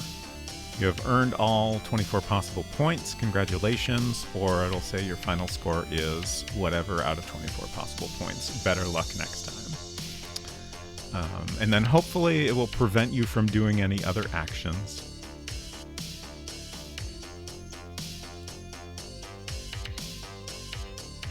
There's probably some things you could do that I haven't thought of. That's like in the global code and stuff, but we'll worry about that later. For now, like, I think what I want to do with this screen is just to have it say end, probably with a period. And I think I'm going to do it in the same style that I used for our title. So I think what I did here, if I'm remembering correctly, I started with like the maximum size of Helvetica, or was it Geneva? But then whatever I did, I did a lot of manual cleanup. It's not perfect, but I mostly like it. So I'm going to do something similar for the end screen. I might end up changing this. Like if I come up with a nice, like, more logo-like text when I do the box art, then I might change this to match that. But for now, I like the way it looks.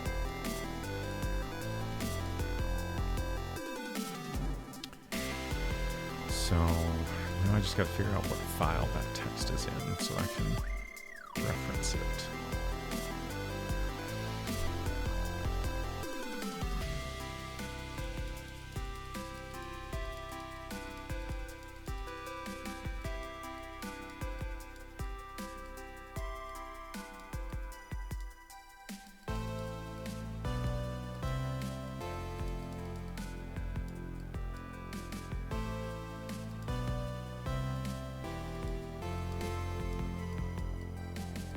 Title. There we go. Okay.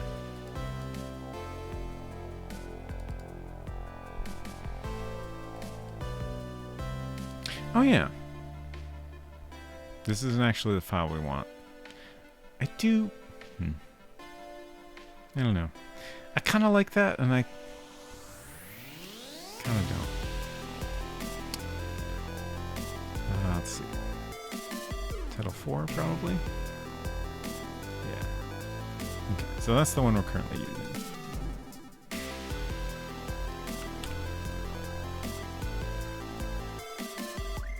Make a new file.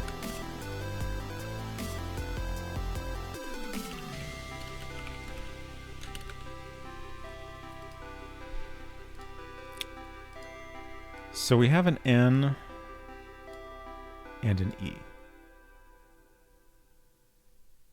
So we basically just need a D, which is going to look pretty close to a P. We might even be able to just flip that around. But let's refresh my memory on how I made this first. I'm pretty sure we started with Helvetica. Okay, yeah. think that's exactly what I started with. So I can see the N is pretty similar. We just smoothed it out. And same with the E. Alright, let me just double check that this is the correct size. Oh, it's too big, actually.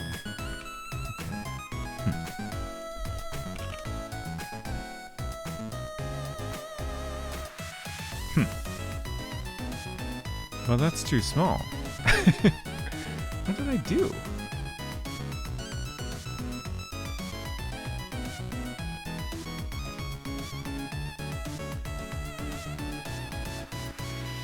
What? Have to go catch some sleep. Having to wake up in 7 hours, but it's great catching some World Builder stuff. This stream is the only place where I get to see it. Good night. See you again. Thank you so much for stopping by, Tony. It's great to see you, and I hope you sleep well. Okay. Obviously, like, I don't necessarily have to do this exactly the same, as long as I get something that looks good next to what we already have. But using the same process will make it easier to get there, right? So that's what I prefer to do. Is it possible it was Geneva? No, it can't be. There's no way.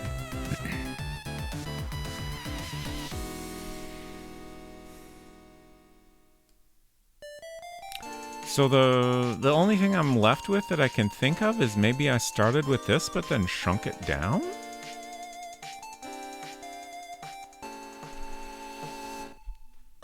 Which is a thing we could do.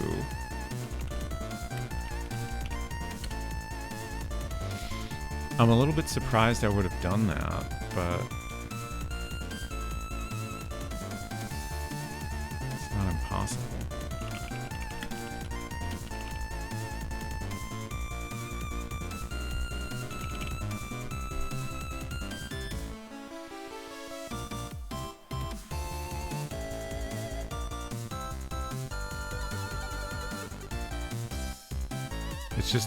It's just a little bit smaller.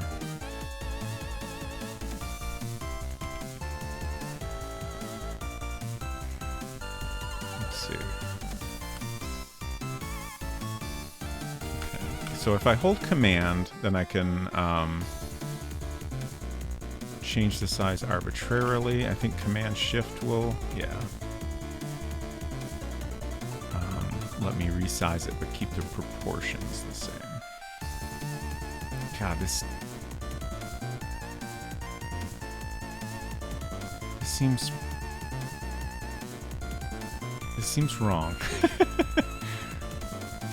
Huh. But I can't think of how else to get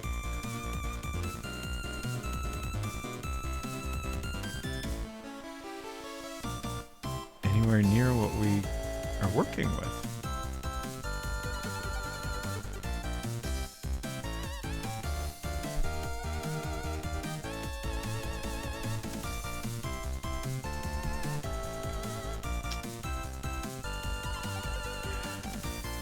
So that's gonna be, it's just like when I resize it this way, it's so inconsistent, and I don't remember doing that much cleanup on it, right? Like, my memory of this process was that I pretty much just cleaned up the curves, you know, that are chunky.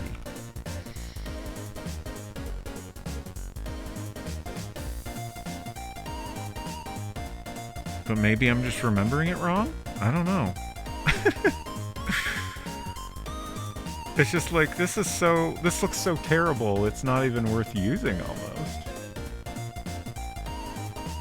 Is it possible that I started smaller and then increased it? Maybe that comes out a little bit cleaner?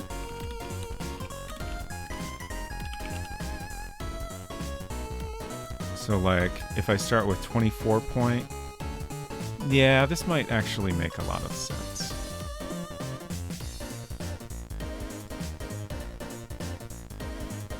because it makes sense that I would start with, like, this is the largest size we can get, right?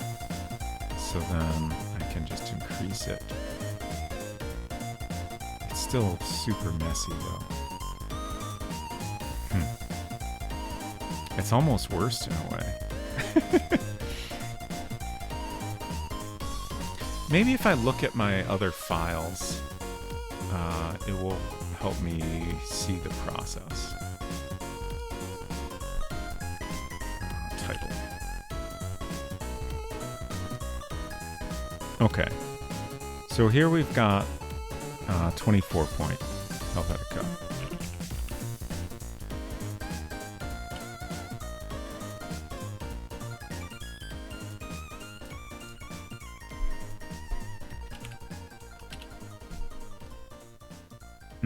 Okay. So yeah, I started with it at 24 point and scaled it up. Interesting. I'm going to go ahead and copy this.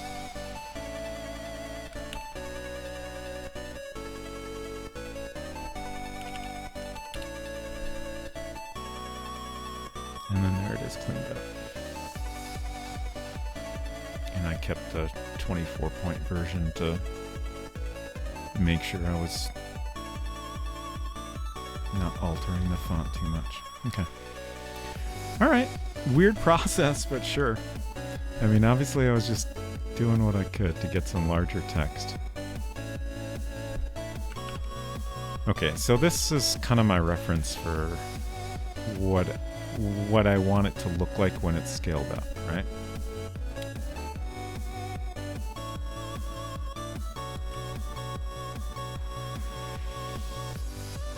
Actually, let's duplicate this.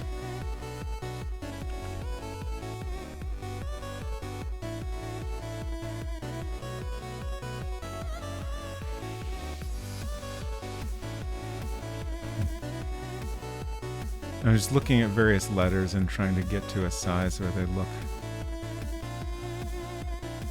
pretty similar. That looks pretty similar, but maybe I adjust the kerning a little bit before I scaled it. It's possible. Yeah, and ultimately I'm not going to get it exactly the same.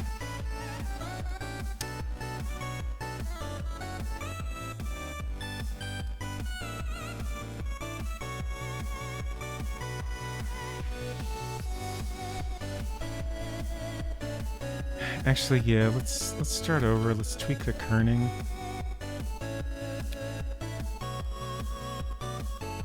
Yeah, I'm not going to worry about... We're not going to worry about it being exact, but we can get it better.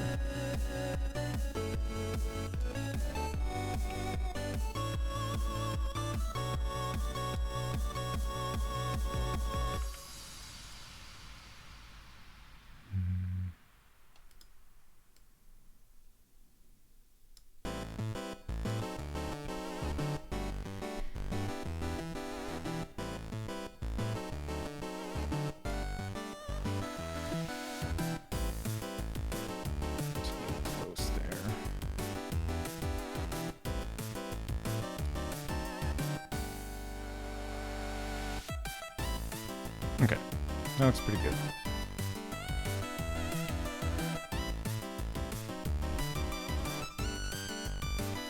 And I think if I get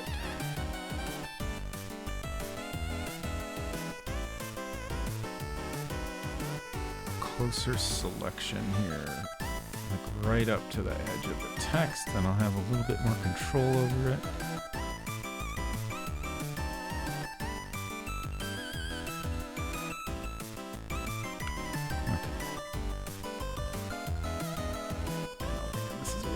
It's gonna jump in between sizes.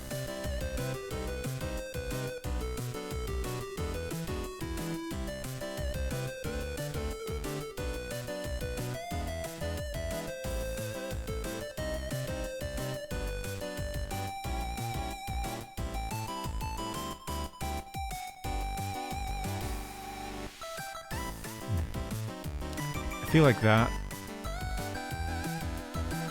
looks a little bit closer than the other option. Yeah, I think that's pretty accurate. Yeah.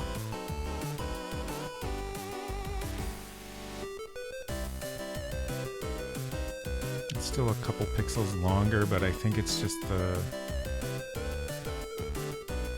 kerning not being quite the same. Okay. So I'm happy with that as our starting point. And honestly, I think there's a good chance we're just going to end up creating our D by flopping the P around. Because I think...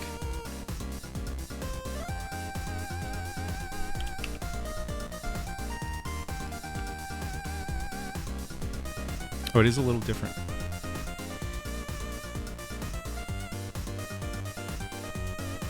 It's interesting. So, like, there's more of a curve here on the D. Like, if I change those pixels, then I think that's the same now.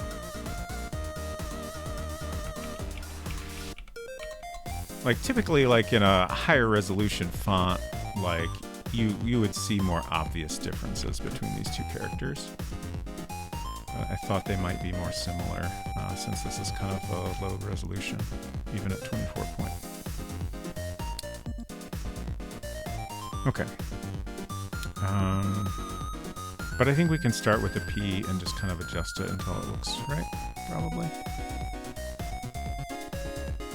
So let's take our end, and then we'll go ahead and invert this. Try to do Command I again. Copy the E.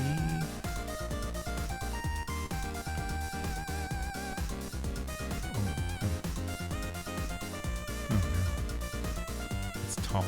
Okay. Maybe we'll just Thanks. Thank you for the thanks, Greencastle.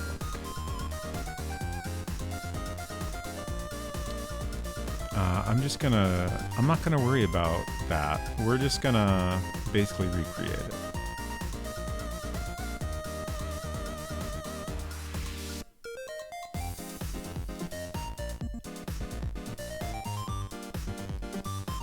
Spent all that time for nothing. Lined up right. I think that spacing is a little closer than like the ER is a pixel further apart.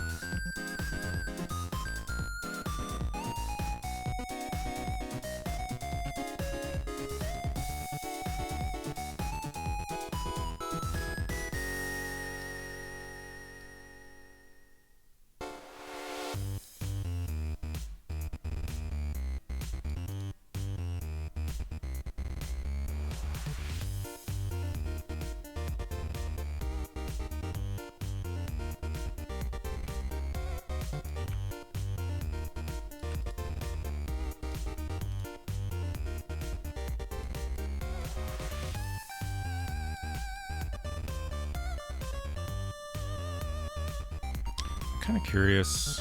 I guess that's 3 pixels, so that's tricky to get a nice round shape. I probably tried this when I first made this. It'd be nice to have a nice round dot on the eye, but it's off center now. So there's not really a good way to do it. I guess we could make it bigger, but I feel like that's going to look too big. That starts to look goofy. Favorite 2 fills are always the waffle and pie crust one. Nice. So here's waffle. Also, hello Grizzly. It's good to see you. Waffle is a good one.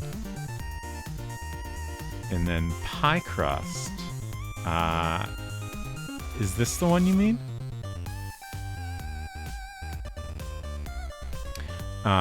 Like that one, like I've definitely seen pie crusts that have this pattern. To me, when I see this one, I always think of like a wicker basket kind of pattern. It's not really pie crust, but I see pie. Understandable.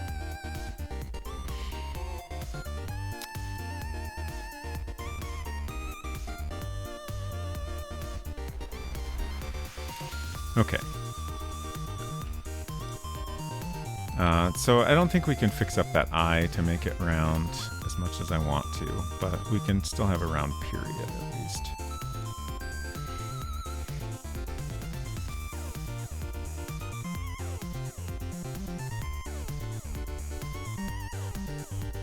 Now I'm just thinking about, like, if I made the whole title a little bit bigger so that the lines are all 4 pixels wide, then I could have my round eye. But is it worth it?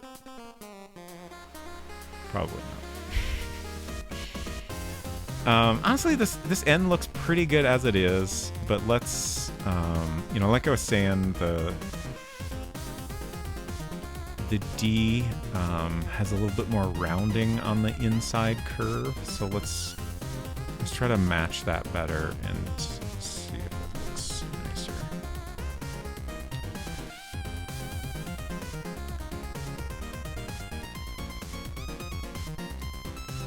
To go for a while, we were able to discover the mystery of the returning light. The returning light.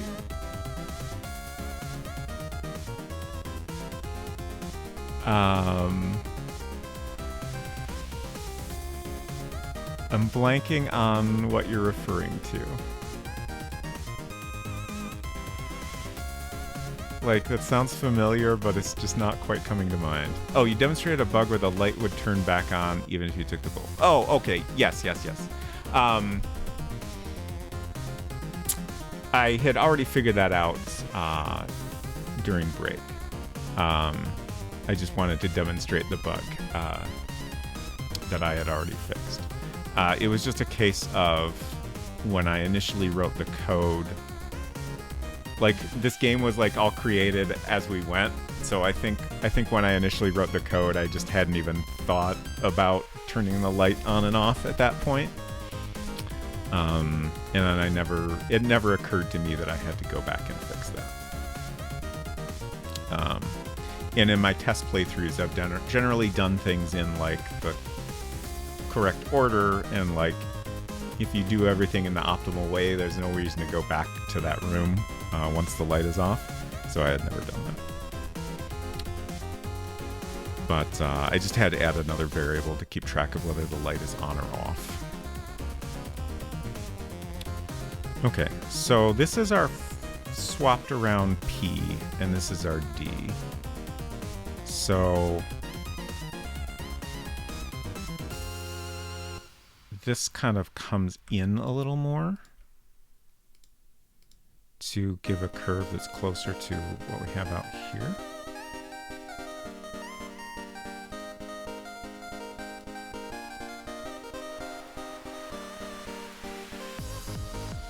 Kind of like that. And it's pretty good.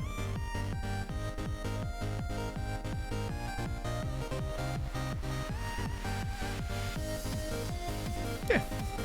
It's not perfect, but neither is the rest of this. So that's okay. I'm happy with it. Let's save it. And try to select it. I think this is... if it's too tall, we'll have to copy it from Super Paint, but I think it's just short enough that we can copy it out of here. So it's not super obvious, but I've tried to select so that we have a single pixel of black around the outer edge. Let's see if I paste it, you can see what I did here. Yeah. Otherwise, if I selected it perfectly around the letters, then the inside would basically be transparent. And I don't want that.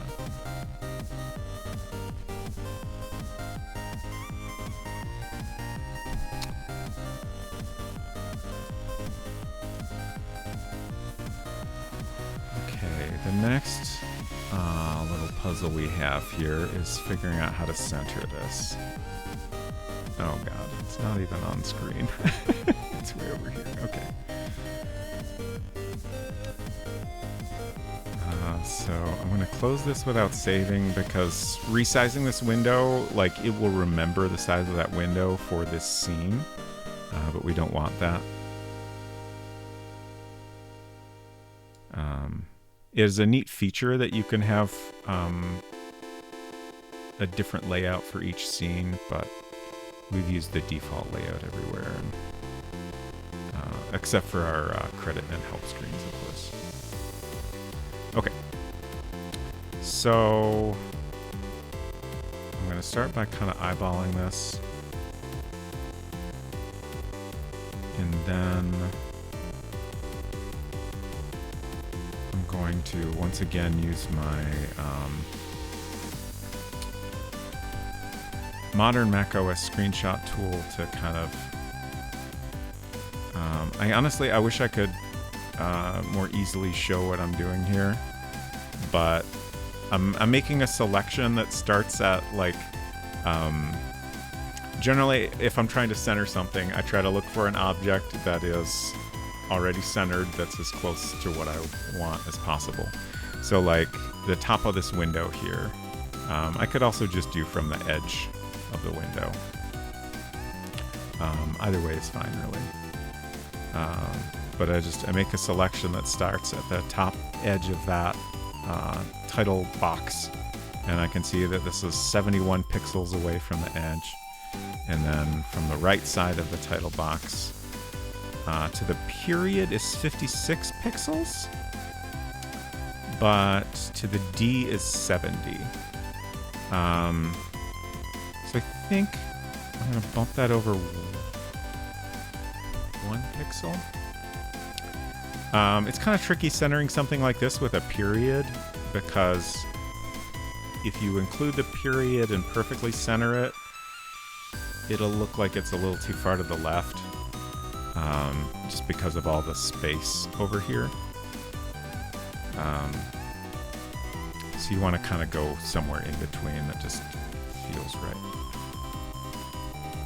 And then vertically, we don't necessarily want it perfectly centered vertically, but I'm going to see where it's at.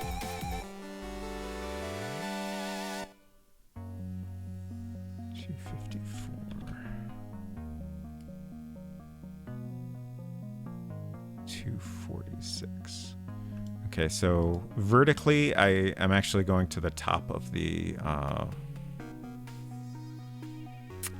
I can't remember the correct typography term for the height of our majority of lowercase letters, but that's where I was measuring to, since the D is the only one that extends up. I want it to feel like it's roughly center, but maybe just a teeny bit above centered.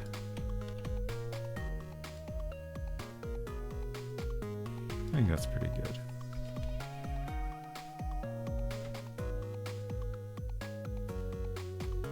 Okay, done. Now for the hard one. So this is going to be... we're not going to have too much time to work on this, but we'll get started at least. I think. This is going to be bus entrance. Yeah. So this is our actual like last piece of artwork for the game. I have a good reference for this. Let me see if I can get it on the screen here.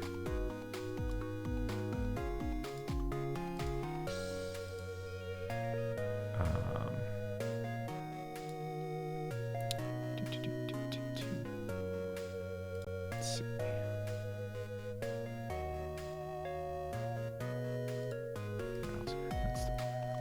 Just gotta capture the window here.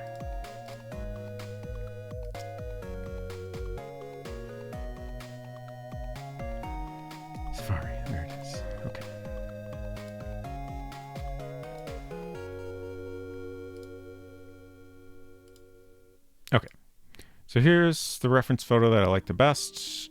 Basically, it's going to be, you know, just as you're starting to step onto the bus through the doorway. So you can see the bus driver. You can see the fare box where you're going to be inserting your coin into as your final action of the game. I think we'll probably omit, like, this is like a reader for, like, if you have a card to pay with. We don't want to be distracted by that option, because that's not a thing you'll be able to do in our game. But overall, I like the way this all looks. We'll definitely simplify a little.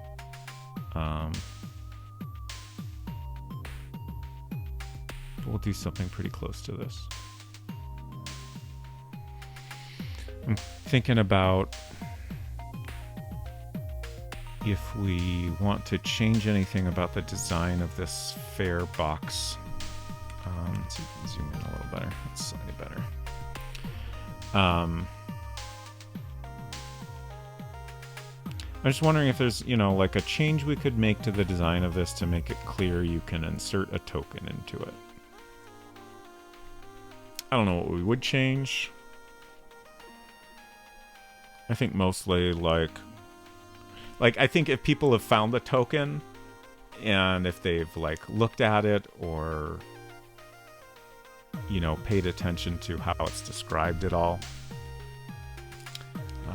they'll probably figure this out very quickly. But if they have not found the item, wait, let me think. Yeah, I'm pretty sure you can get to this point in the game without ever finding that item.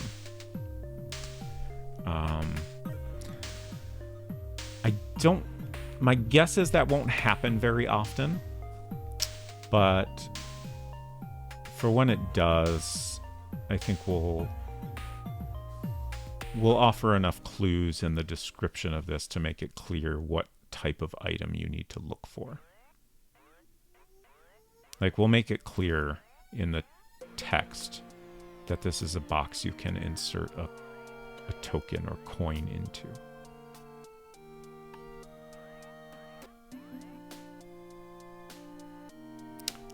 And then somehow or other we need to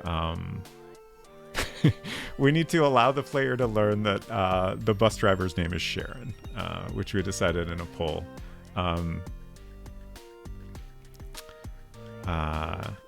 We decided as a group that Sharon would make the joke more obvious that this is a reference to Karen, the ferryman across the River Styx.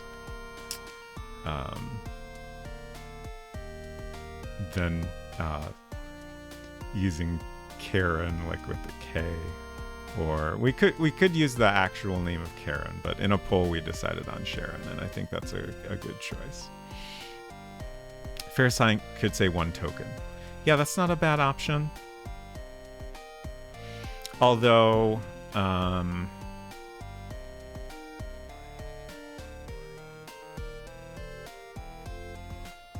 just trying to think of like in our game that's like your only option, but like realistically, so like in our game we actually have a transfer token, which is like a real thing. There's some great examples. Let me see if I have. I've shared this before, but it's worth sharing again.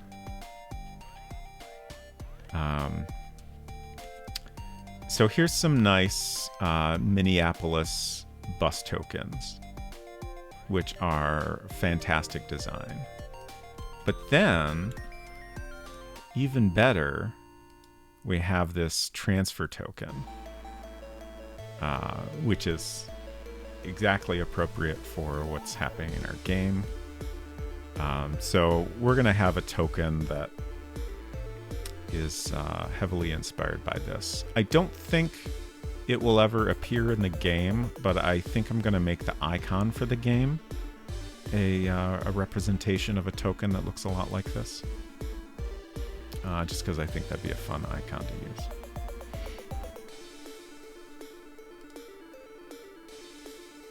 But I guess really, like, you know, these are also tokens. So yeah, maybe it's appropriate to say that this imaginary bus would always take 1 token. It'd just be a different type of token depending on where you're going. So we could put 1 token on it.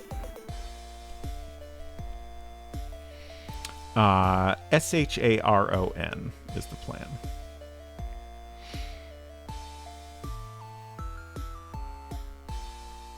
Here our bus transfers are a little slip of paper.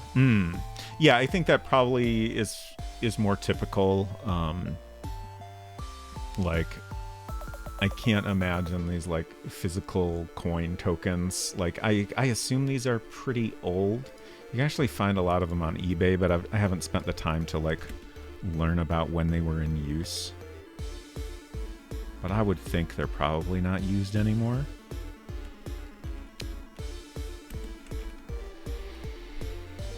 Reminds me of the fancy manhole covers they have in Japan. Yeah, they have some amazing manhole covers in Japan. I'm always impressed by them. Okay, so that's what we'll work on next. But before we get started on that, I do need a little break. So I will be back in anywhere from 2 to 5 minutes, we'll say. See you in a few.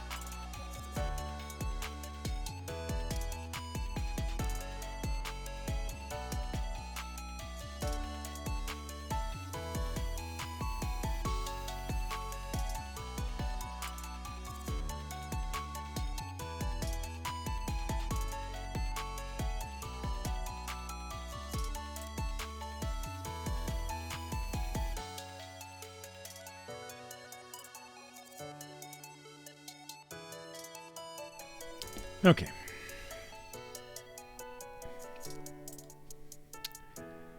Hello, Ace. Good to see you. So Ace asked, just as I was going on break, there was a world builder game that spread across the US at some point in the 90s or so called Psychotic, some edgy game where you played as an escaped mental patient.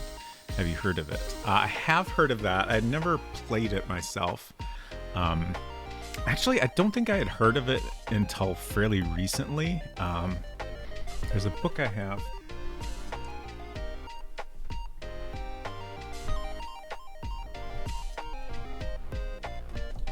My copy of it is slightly buried. Okay. I actually have two copies of this book because they released an expanded edition. It's The Secret History of Mac Gaming by Richard Moss. This is the expanded version, which is available from Bitmap Books.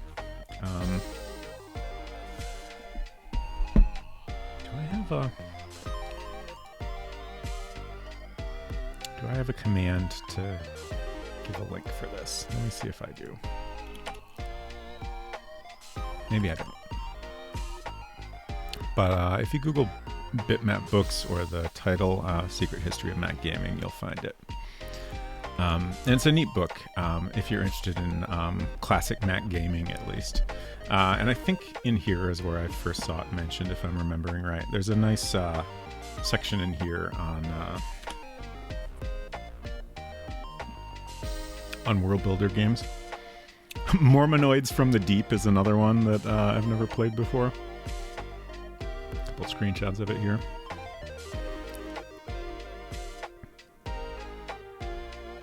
Let's see, this is Mac Spud by Robert Carr. Oh, here. You can see it's mentioned here. Let's read this, actually. Someone identifying himself as John Doe number 6502 of Anarchists United released the controversial Psychotic: The Escape in 1987. It followed a dangerous mental patient through a surreal and violent escape from Patton Mental Ward. The player could command his character to take drugs, jump off a cliff, murder in cold blood, die at the hand of his own excrement, and rape a nurse, with the last act of brutality punctuated by mock sound effects and a crude drawing of the woman's naked legs splayed out, her blouse ripped and skirt removed. The narrator seldom glorified any act of debauchery, however, it regularly noted that the player's character was in no fit mental state and made a point of being sexist, racist, antisocial, crude, and offensive. Psychotic lets you do the undoable, it said in an introductory screen at the beginning of play. Go ahead, make your day, release your sick inhibitions on an unsuspecting world. So yeah, definitely not the kind of thing that would interest me. But it's kind of fascinating that such a thing existed, and is apparently reasonably well known. Definitely one of the stranger things made in World Builder. Here's one of Ray Dunnican's games, Ray's Maze. And there's Enchanted Scepters, that box art I appreciate very much.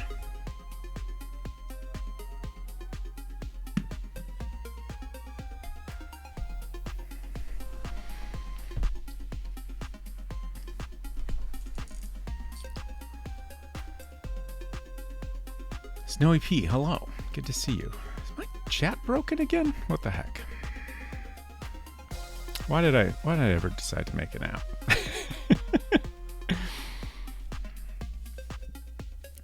I hope you're doing well, Snowy.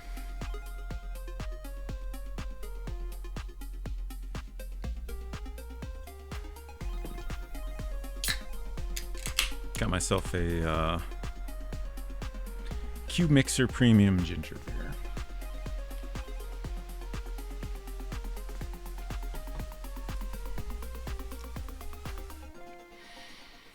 Silver, welcome back. Ended up doing surprise. I should just do this right now. Upgraded my garage that I've been putting off for over 3 years. I am now free forever. Wonderful.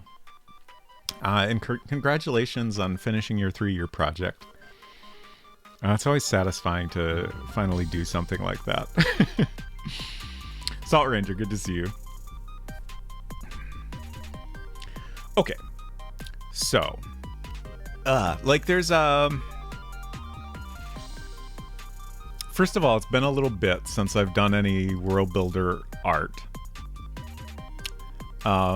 Second of all, oh wait, I was gonna say that I haven't drawn any humans for this game, but that's not true. We do have a shot of our main character that you can find if you're exploring thoroughly. So I drew that previously, but this is going to be only the second human that I've drawn. Also, it's a little bit more complex than some of our scenes, and also it's just kind of like there's the additional stress of this is the final thing to draw for the game, which is just kind of I don't know, just there's lots of complex emotions and concerns happening here. Silver, I refuse to ignore your wall of text. Garage has a bunch of cabinets that had no closures, just swing open close, and it's been bothering me forever. But most of them stay closed, so I just didn't bother. I bought magnetic closures for them 3 years ago and just never installed them. Today it bugged me enough to actually install them. I should have done this 3 years ago. But you did it, and that's all that matters. I definitely have things I bought the pieces for more than 3 years ago in this house and have not installed. In particular, a bunch of light switches. Like when we moved in here, there were a huge number of things we wanted to improve, and we had to move out of our apartment on a particular time schedule, and then we had to finalize the sale of the house and get keys and stuff like that. So we ended up having a little bit less time to get everything ready than we wanted, and we worked really hard to get as much done as we could. And then once we had to move in, it was hard to find the energy to ever get back to any of the unfinished things. So we have a couple rooms upstairs that have never been painted.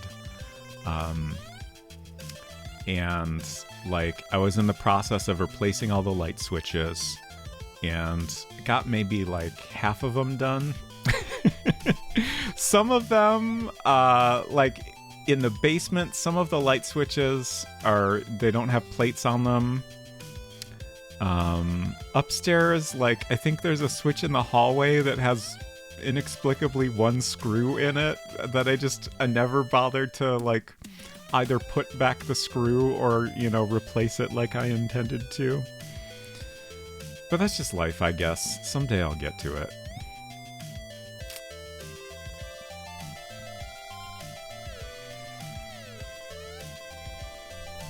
Still need to take this outlet tester around the house and map out the breaker box. I'll get to it eventually. Our breaker box is very... the way everything is split up is so strange to me. There's certain...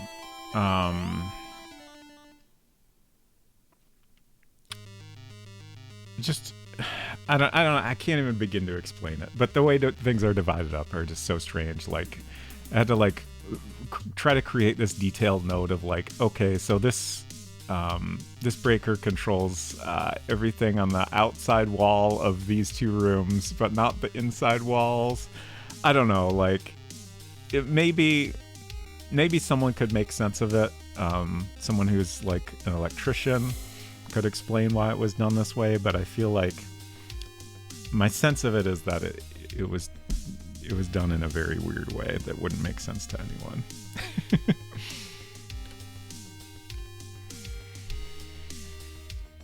For us, it's getting rid of wedding decorations. Don't want to toss, hard to sell, give away. Yeah, for sure. We didn't have a lot of wedding decorations to get rid of. We kept a small number of them. I think we did actually. No, I can't remember. I think we got rid of some somehow. Also, our kitchen lights are linked up with the back porch light and outlet are nearly on the opposite sides of the house. That is That sounds honestly not that dissimilar from the situation we have going on. There's definitely some weird ones like that, I think. Ace asks a good question. Do Mac Venture games use World Builder, or is that something else? That's definitely not World Builder. There's a lot of similarities, but I think they wrote a custom engine for that. I'm pretty sure of that. And then later ported that to a bunch of other systems as well. It's interesting to see. I was just looking at Mousimus posted an EGA version of Deja Vu 2. So as a DOS EGA version of the game. And like, obviously the Nintendo ports of the Mac Venture games are very different. And also to clarify for anyone not familiar, Mac Venture games are Shadowgate, Uninvited, Deja Vu, and Deja Vu 2. And I think most people are probably tend to be more familiar with the Nintendo versions, just because those got pretty decently popular. But most of the ports of those games have an interface that's similar to the original Mac version, where you have like the original Mac version just used the standard windows and stuff. So like your inventory is in a window that looks a lot like a desktop window. It's full of icons. They're different sizes and shapes, unlike desktop icons, but they otherwise work in a very similar way. You can drag them around arbitrarily.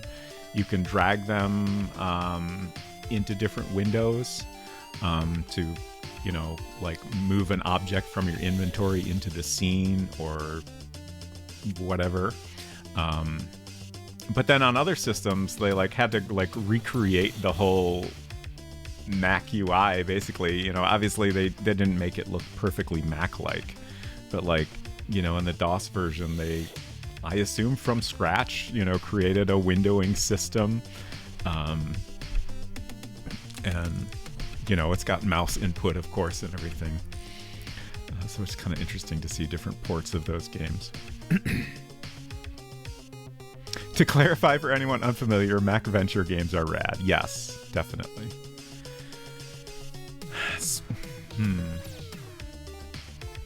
I was about to say, someday I need to get to Deja Vu and its sequel.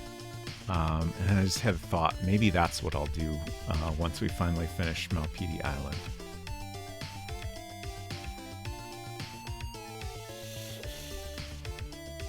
I think that's still a ways off, but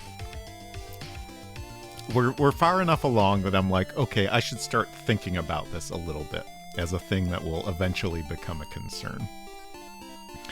And there's lots of good options to choose from, but I think that might be the one I go with.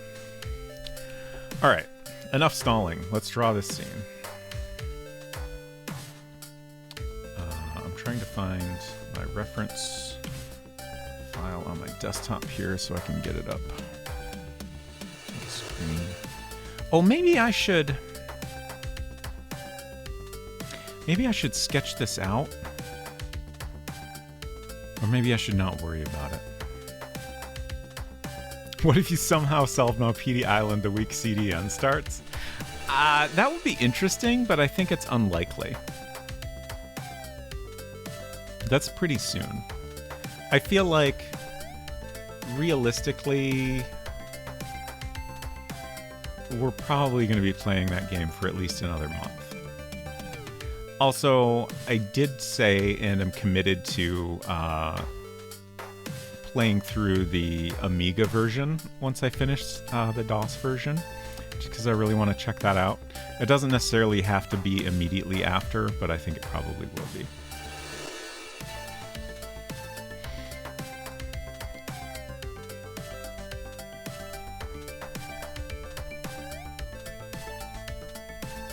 Super worried you're going to say another year. I definitely don't think it will take that long to finish the game. But yeah, I feel like realistically, a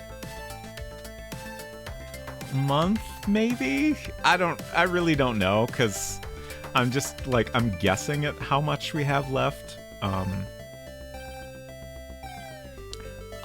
My hunch is that we've reached what is considered the most difficult puzzle in the game, which I think is figuring out the rest of the piano's mysteries. But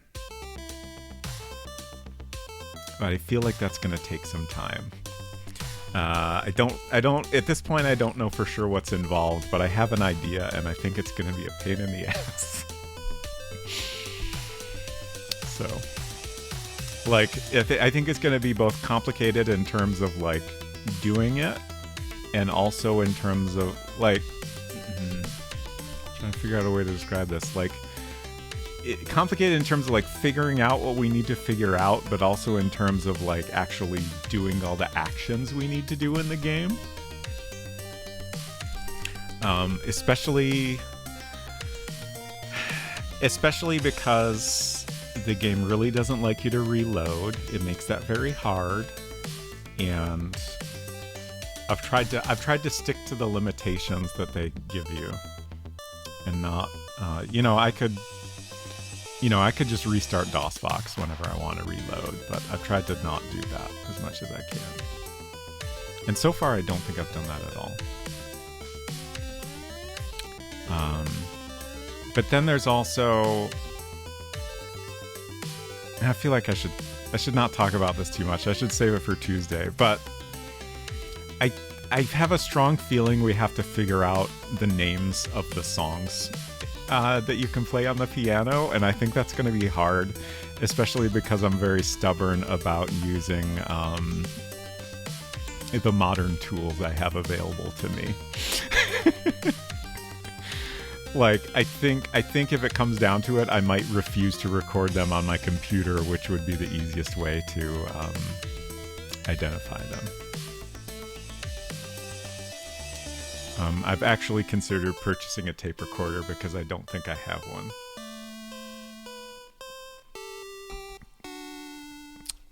And that would be a way to be able to play them back more easily. How many songs are there? Oh god, there's Marie's list of songs I think has 12, and there's a few more than that total. There's probably like 15-ish.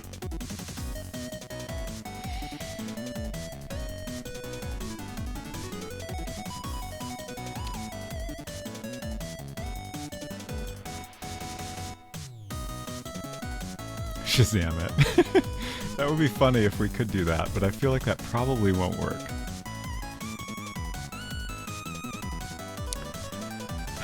Okay. We're gonna draw this.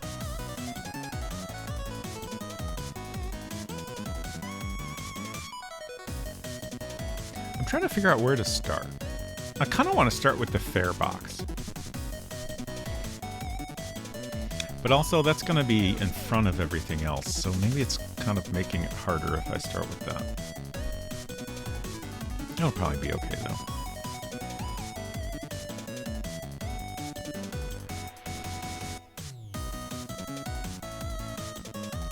And we do want...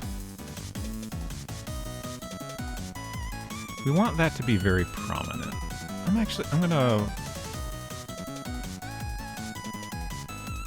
trying to adjust my window of my reference image here to kind of match the cropping we're gonna end up with, but it's being weird. Why is this being so weird? Oh, I think it won't go any smaller for some reason. It's annoying. Alright, I guess I won't worry about that. I'm just trying to visualize how much of this scene we're actually going to get. Maybe what I should do is just really roughly drop in some polygons to kind of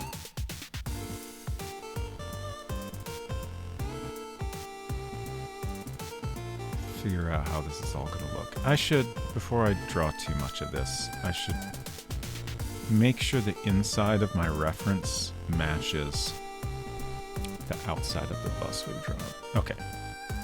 Yeah, I think that's pretty similar. Like, you know, this is the kind of bus where, you know, the driver is like right behind the windshield. You have just a little bit of a backward angle on the windshield. And, you know, we're entering right at the front. So yeah, I think it matches up pretty well.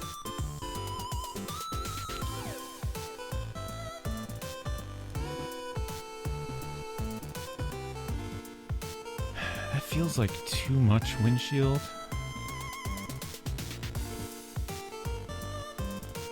But maybe it's not. Actually, maybe it should be taller.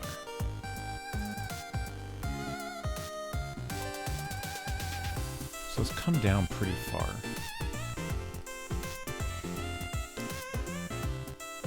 So we're gonna fill everything with just white right now.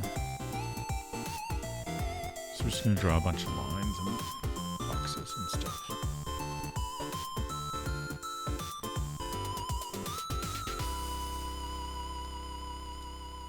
Okay.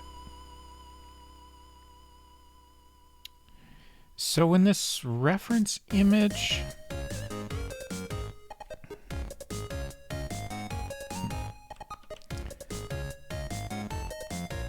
like, our eye line is kind of like very close to the fare box.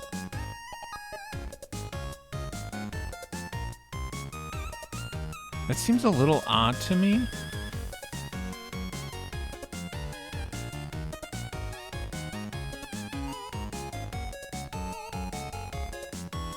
But I guess I'm not going to worry about it. I don't want to have to try to draw this in a different perspective than what we're seeing here.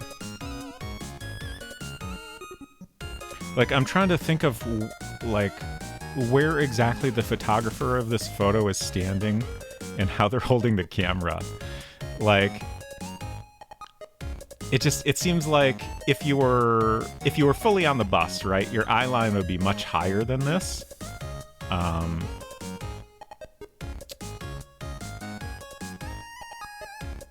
So, like, it almost looks like they're maybe not fully on the bus. Like, my thought is, you know, in our game, we're on, like, the first step, so we have to take another step up to get fully on the bus.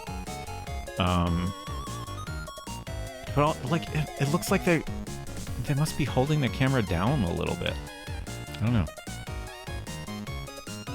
Not super important, just happened to notice that. This isn't an adventure that you can die easily in. No. Death is possible, but we've tried to give fair warning in any case where you can die. So if you're paying attention to what the game is telling you, I don't think you will ever die unexpectedly. And like, that's a kind of a complicated subject for adventure games.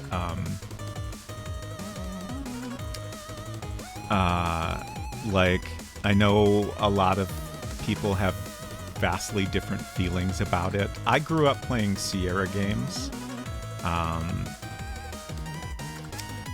And I feel like a lot of people that started on Sierra games tend to be more understanding of deaths, unexpected deaths in adventure games. Like, the Sierra approach was very much like, you're gonna die a lot, and they would try to make it humorous. Like, to the point that I feel like generally if I thought there was a way I could possibly die, I would try it just to see what happens.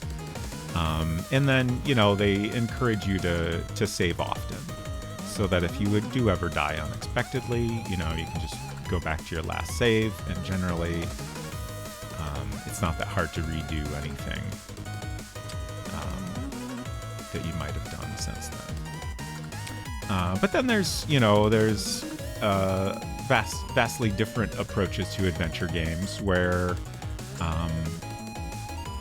you know, you don't die, or if you do, you can, you know, restore from where you last were before you died, even if you hadn't saved. There's the, I think, related but kind of different concern of like soft locks, of like putting the player into a situation where they can't win. But I think in our game, that's not a concern either, if I remember correctly. I don't think we've created any scenarios like that. Yeah, I think there's pros and cons to both. I don't think there's a right answer there. I think you just need to kind of pick one and stick to it and kind of make the player aware of like what's expected of them. Davor said, I'm sure Spacer has thought of this pun. Does the bus driver tell you you're in the sticks? No. We haven't really written any final dialogue for this scene yet. Keep in mind, even back then, many buses have hydraulics to tilt down to let people get on. That's a good point. Almost certain that the viewer is standing on the stairs. Yeah, that's what I feel like they must be. Now, those LucasArts games were as impossible to game over. Right. Which I believe is primarily came from Ron Gilbert wanting to you know, not put the player in those situations. At least that's my understanding. Was kind of his idea to try to make games that were designed that way. And yeah, like ultimately it's kind of tricky, like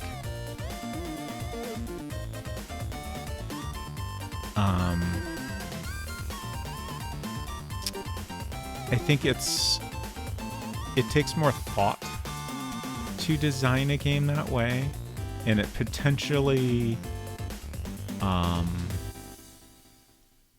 makes it feel like the player is maybe a little too guided. Like, to me, that is like the ultimate disadvantage of that approach. So like, if you want to not make it feel that way, then it is a lot more work and thought that has to go into it.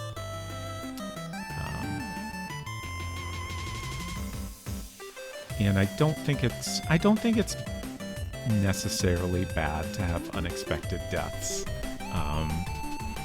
and even soft locks, as long as the player is understanding those concerns up front. Definitely. And I think maybe the worst is like a soft lock that can happen like late in the game and that isn't necessarily apparent. I think like a good soft lock is one where you know you screwed up as soon as you get to that point, right? Like you get to a point where you need some item and you know you used it a long time ago and you're like, oh fuck, I did that and now I can't win and I have to go back. But if you're like struggling to figure out why you can't solve a puzzle and then like you get so frustrated you look it up and it turns out you needed an item you used and like it just didn't even occur to you, like that is definitely a bad situation. Like that's not fun for anybody. And certainly for some people, like, you know, even if they know they screwed up and have to go back and redo stuff, some people are going to be frustrated by that. Personally, like, I don't necessarily mind having to replay a game that I'm enjoying. Like, you know, sometimes having to redo stuff, like, I'll find new things I missed the first time around, or, you know, I might just, like, enjoy playing through it again, if it's a good game. So it's complicated. Puzzle says, oh yeah, my adventure game friend and I play games together each weekend, and our favorite part of revisiting Sierra stuff is seeing all the ways you can die. Nice. Deborah says, I started on Sierra Games and usually find LucasArts games too cozy with not enough consequences. Right, yeah. I tend to agree with that, and I feel like for people that grew up playing adventure games, like the preference really depends a lot on what you started with and got used to the most, which is kind of interesting. Salt Ranger says, yeah, I think soft locking is the thing that would frustrate me most, deaths or whatever. Yeah, like a death is like, you know, it's obvious you screwed up immediately. And you know what not to do. So it's a straightforward situation, and generally, you know, you're only gonna, as long as you're saving reasonably often, you're never gonna have to redo that much.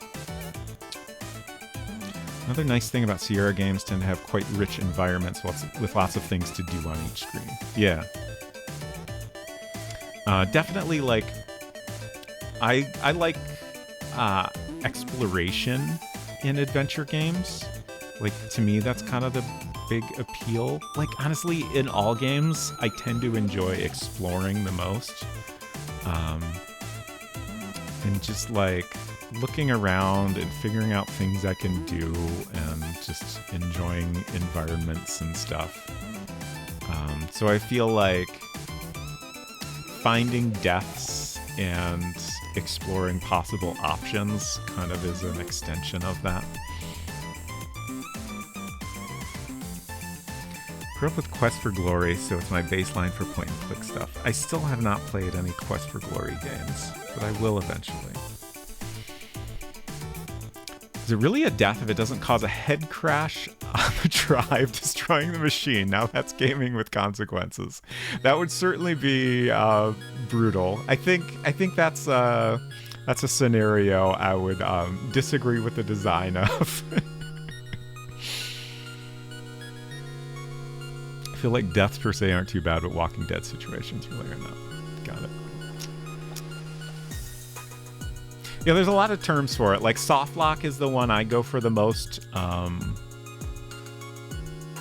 think I wasn't really familiar with that term until relatively recently.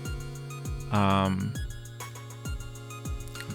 I've heard it a lot in a variety of games.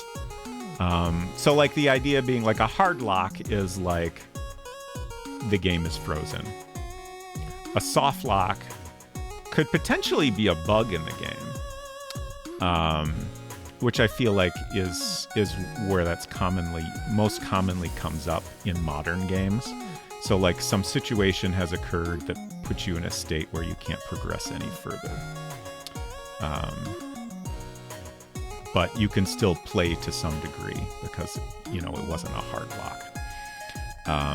So it's just kind of a more general term, but like Walking Dead is a term I've heard also. I feel like there's another one that's escaping me at the moment. It's a great example in Longbow that we can't talk about. Oh god, I gotta play that too. So many games I want to play. The Nancy Drew games have fantastic systems around sudden deaths. That's another... I really want to play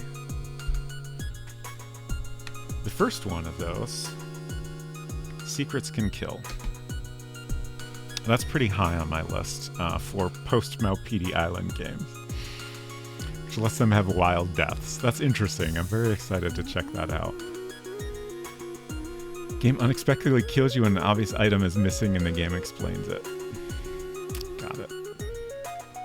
Longbow has some great deaths. I'm very excited about them. I think the soft locks that work for me are the results of antisocial behavior. I watched someone throw a rock at the vampire child in Quest for Glory 4 and it was very memorable. Huh, interesting. Myst, yeah, Myst too. I've got so many games I've like purchased physical copies of that I still haven't played yet. Specifically purchased for streaming them. To me, softlock is when the game gets stuck like in a hands-off mode, but you still have some control, like being able to access the options, so a bit harder than a Walking Dead. Right. I think that's a reasonable way to differentiate those.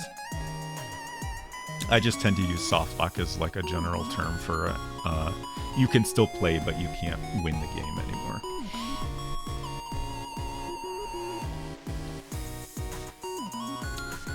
Girlfriend and her sister are big Nancy Drew fans, so I want to explore the games. Okay, we're doing great here. We've drawn so much. Let's draw a little bit more. I don't actually know how much time I have. Usually on my Sunday streams, I just keep going until Unsecret Crush is done. I tried to check in with her when I took my break, but she was so engrossed in gaming that I was like, okay, I clearly have plenty of time, so I'll just keep going. Usually after they're done with their gaming stuff, they chat for a little while.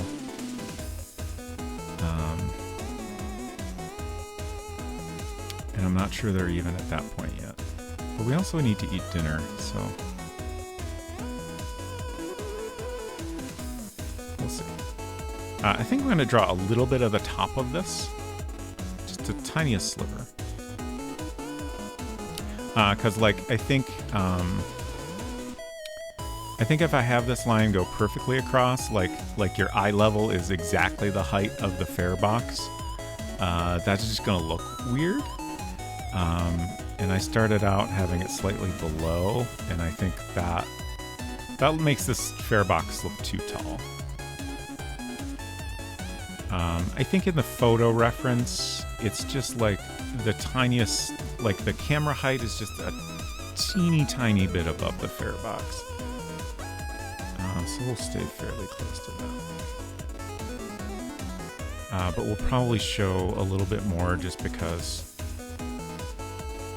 if we make it too close to the photo, then like it's just going to be like a line directly on top of another line. Yes, dinner is good, Silver. I do recommend it. I did have a granola bar during break, so I'm good for a little bit.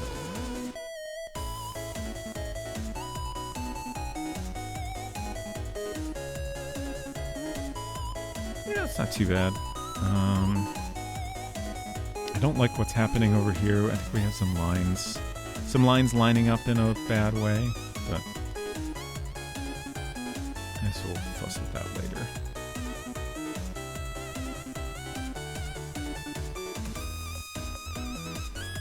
You know, I was originally thinking I would just kind of rough this in, but I feel like we're just drawing it now. That's fine. That's a nice thing.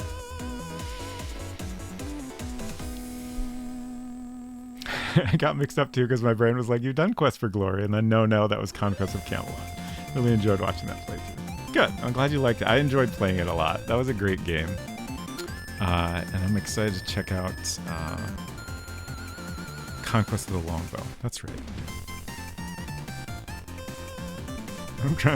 Oh, there's my box. The Legend of Robin Hood: Conquests of the Longbow. Yes.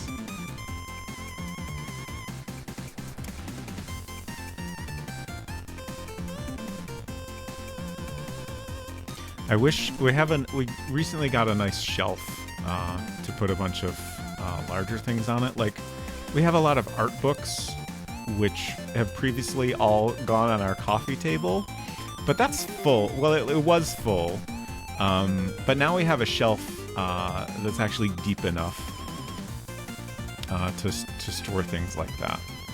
And then I've also got a bunch of my games on it, which is nice. I get to look at them while I'm streaming. But ideally, we're gonna eventually put a shelf back here, and then we can both display some of our gaming-related items on the shelf, and that'll be nice. Someday. Know nothing about Longbow, so very excited for that time. I would say I know approximately nothing. Like, I've seen people play it just the teeniest, tiniest bit. Every time I happen across a stream of it, I duck out pretty quickly before anything of consequence can really happen. So, like, I've seen a bunch of screens and stuff like that, but I don't really know much about what the gameplay or story entails.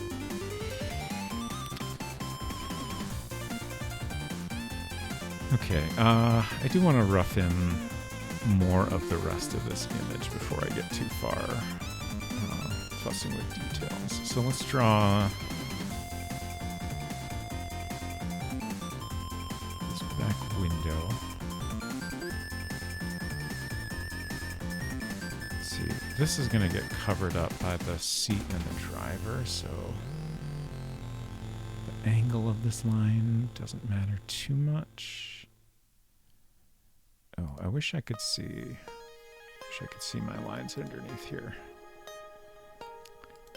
I thought about making all my lines transparent at first. I foolishly thought there was no reason to do that. Longbow is one of the best adventure games ever made. See, now you're hyping it up so much. I try not to get my expectations too high. But I am very excited about it. I know a lot of people love it a lot. Like, I've heard similar statements from multiple people whose opinions I trust.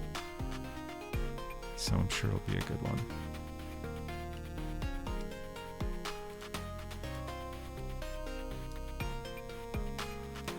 Did I end up with...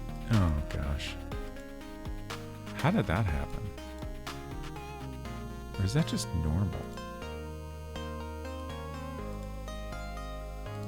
I'm trying to remember if a polygon always has an open spot. Like, in most vector drawing programs, you can close a polygon. Like, if you click on the start point, it will close the shape, and then like those 2 points join together. But I don't know if this does that. I would certainly prefer if it did. But maybe we'll redraw this so the endpoint is down here, hidden away. That just makes the shape a little easier to modify.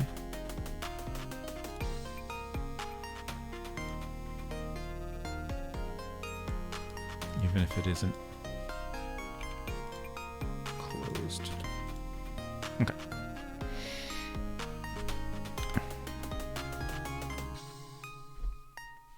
Arguably the best Sierra game. It's been super interesting finding out about Conquest series because they completely went under my radar as a kid. Yeah, I was definitely aware of them. Like, I've shown off a bunch of issues of like Sierra magazine, later Interaction magazine, and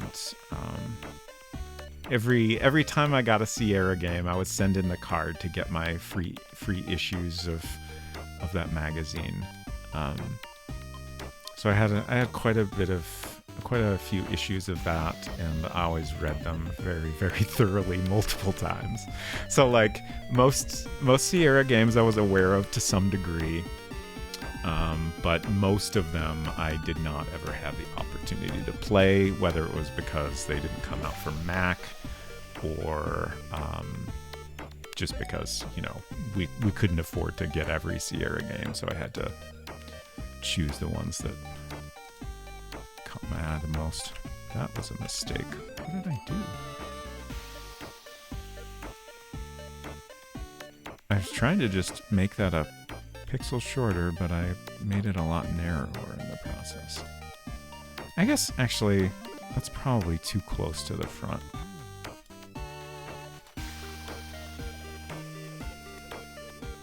That's probably better. Baltimore, hello, thank you. It's good to be home. Hope you're doing well. While I was on vacation, I finally got to catch a full stream of Bolt and Cannon Fodder playing through Chinatown Detective Agency, and I enjoyed that a lot. That's a very neat game. It's some interesting gameplay that,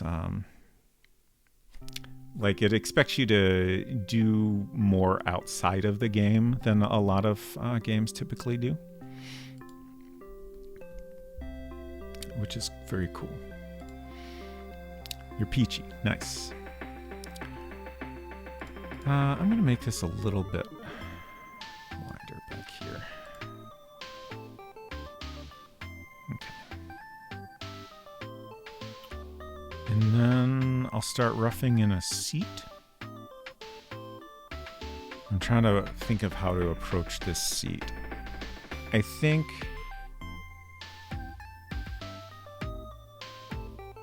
I'll just rough it in with the polygon tool, and then I can always redraw it. I feel like the odds of needing to redraw this seat are pretty high.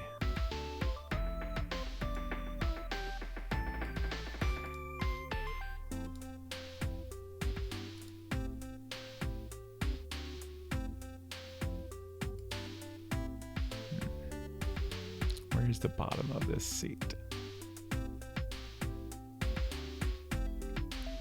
Also, like,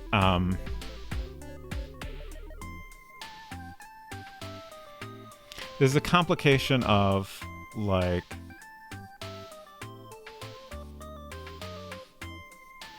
I'm trying to figure out where the bottom of the seat is in reference to the other things I've drawn, and then also, like, you know, I need to put a person on this seat. And that's gonna, like, cover up part of the seat. So, like, does that affect exactly what I'm drawing?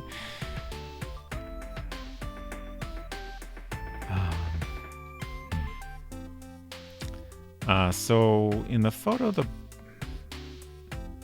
bottom of the seat, I'm trying to find like a reference point that matches up with what I've already drawn. The bottom of the seat is around the same height as this point here. Probably down a little bit further.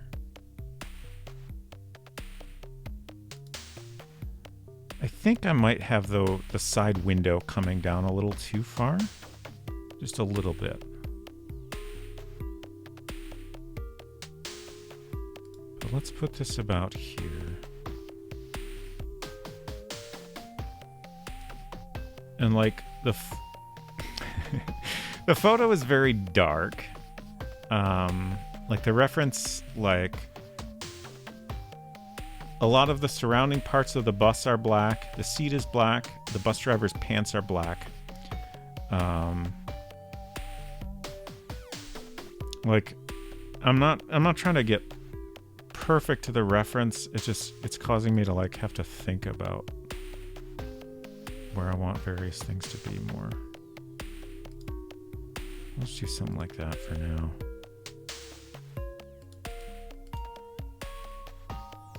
But I suppose ultimately I'm gonna make a lot of this black also. I probably won't give the bus driver black pants. But like this surrounding stuff, we don't want to stand out too much. So I'll probably make the seat black and the majority of the bus interior will be black as well. So I don't really have to worry that much about where these lines are because a lot of them will not be visible. Like I'll probably put a big black square behind all of this, and then the seat will be black, so like that'll blend in, and then we'll just add highlights as separate objects for the things that we do want to be visible. I think that's a good way to approach it.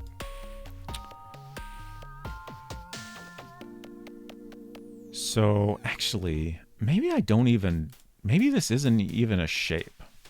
Like, maybe I figure out the correct size of this window.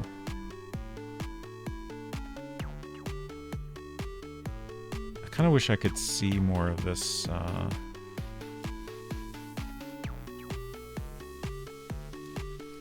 What's going on with the interior of this bus behind the fare box, but I think it's probably a bit more like that. But I'm wondering if maybe the way I draw this window is a little different. Excuse me. So I'm going to start down here. It'll be mostly the same, but I'll basically cut out the window where I want the seat to come in.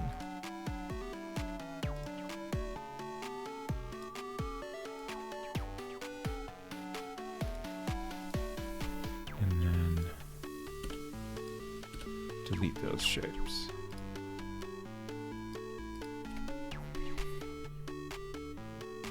I think that'll work out better. And then, like I was saying, we can always add highlights in if it feels like we're not seeing enough detail. But honestly, I feel like having this outer area all black is going to be fine. Now I'm just thinking about how I want to draw the bus driver. Like, I think I'll probably do her face as pixel art. But I'll try to do the rest of her as vector. I suppose hands will probably be pixel art as well.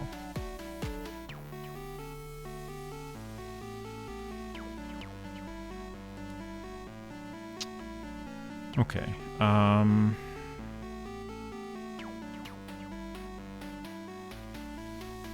Dinner was delicious. Nice. Glad to hear it. Let's draw a little bit more of this fare box. I'm a little bit scared about having to draw an entire human body in World Builder in particular. I'm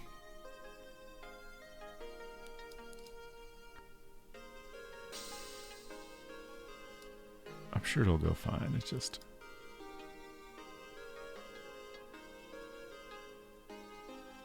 not quite sure where to start exactly.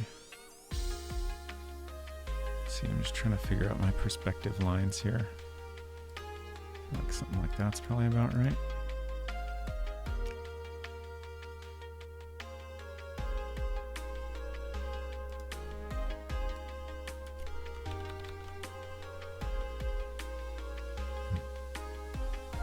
I wish I understood. Switch to... Ultimately, I don't need to understand what all is going on here. Also, I could make this look however I wanted it to, but I'm trying to figure out what this thing is here. Like, it seems to be part of the fare box. And, like, this looks like...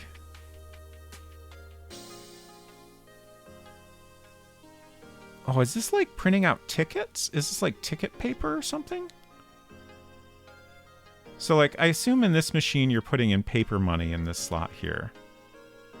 And then you might get, like, a transfer slip or something that's on a sheet of paper, and maybe that's what this is. Like, it looks like this window here is showing you, like, how full this box is or something.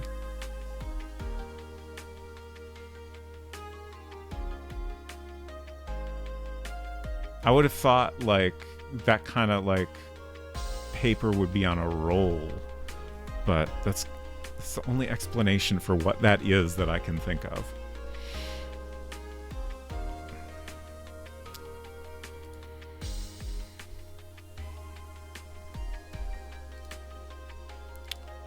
But I'm going to include it anyway. It doesn't really matter.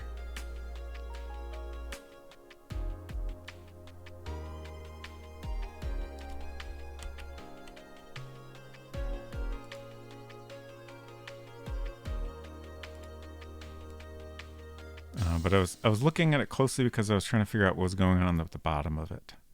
I think I'm going to put like a little piece like this. I don't think that's quite the same as what's going on the reference, but I don't know. This just makes it feel more complete to me.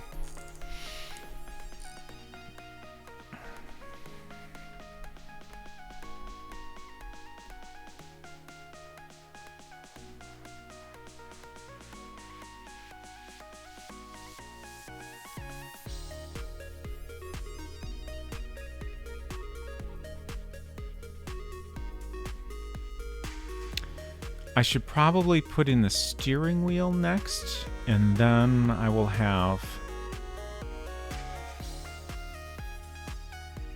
like all the components of the bus that the driver is touching in place. I feel like I might need to move this seat back more. Like, I feel like this is going to end up looking very cramped the way I've drawn it. But let's get the steering wheel in place. Ooh, this is tricky. So, like, I would love to just draw an oval. But I don't think I can rotate. Yeah, I can't rotate that at all. Jeez, I thought I could at least rotate it 90 degrees, but I can't even do that. Oh, you can rotate a polygon, but not an oval. Okay. But I think that it's still just limited to 90 degrees. Let's just do a quick test. Just want to know what my options are here. Oh no, it is a free rotate. Okay. So I can create a polygon that is like I can take an oval as a starting point and draw a polygon on top of it that looks pretty good, and then I can rotate that into the angle I need. So that's how I get my steering wheel. I'm worried it's going to come out looking sloppy.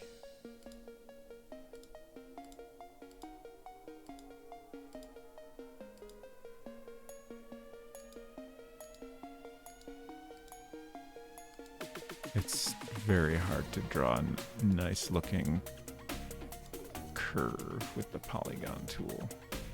Yeah, like over here, it's kind of flat looking, but now I guess I could flip it around so the flat part is like in our reference. Oh, that's the wrong button.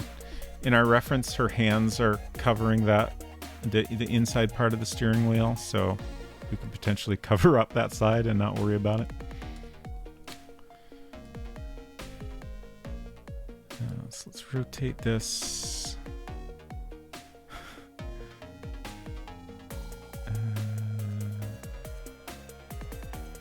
Not like that. Oh, actually, it looks decent.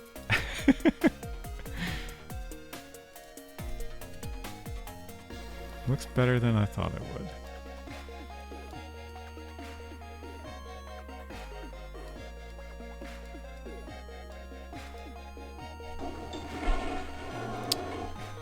Thank you for flushing your coins down the toilet on Secret Crush. Wolf time is over. What do you want for dinner? I don't know. I'm not picky.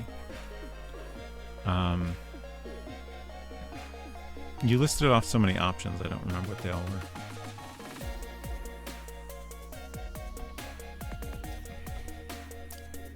I do remember eggs, and eggs are good. Potatoes and egg? Yeah. I'm glad we're thinking the same thing here.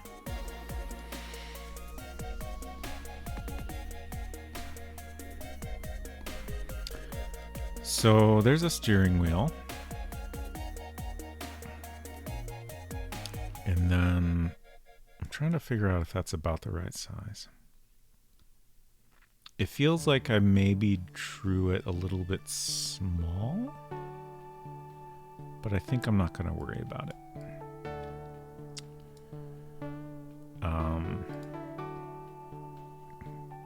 So then we have like a steering column here.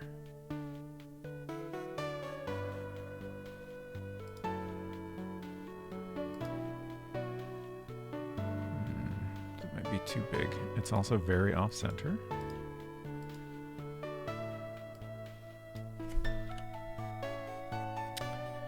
Potatoes and egg can be ready in about 30 minutes. Okay. So...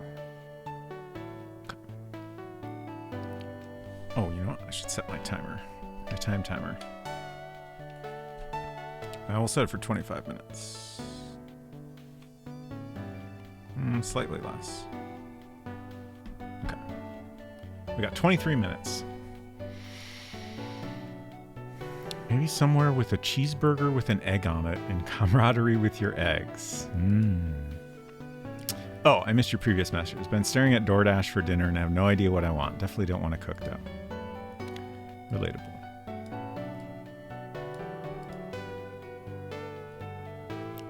Okay. That's pretty good. Let's get this on top. Bring to front. Yeah, that's not bad. We'll probably want to put a little more detail into that whole situation, but I'm trying not to worry about details too much yet.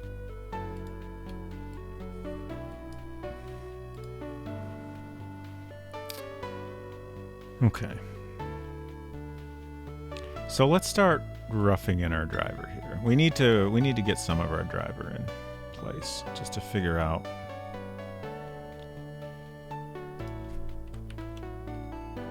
if the way everything is situated is going to work out or not. Wolf Time is Werewolf Time. Werewolf the Apocalypse is a tabletop RPG that she plays. It used to be every other Sunday, but it seems like it's more like once a month on Sunday these days.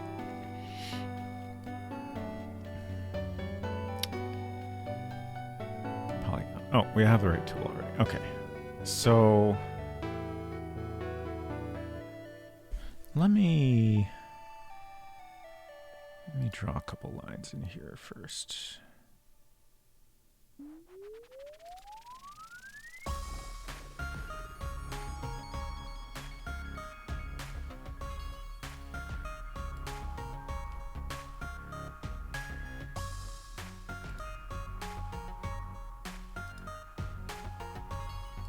Just because I keep noticing where things line up with this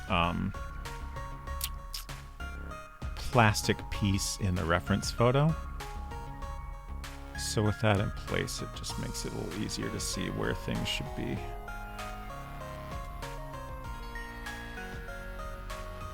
So like, yeah, everything's my image is definitely a little different in a lot of ways, so I don't know if that actually helps that much. I'm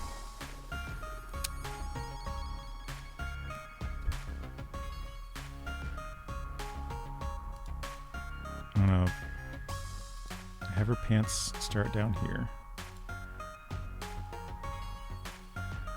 And then the top of her leg should definitely be about here.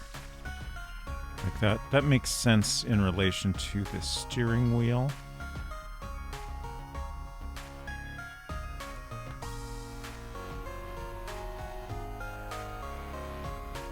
I think we're just gonna not draw her arms yet. Just not gonna worry about the arms.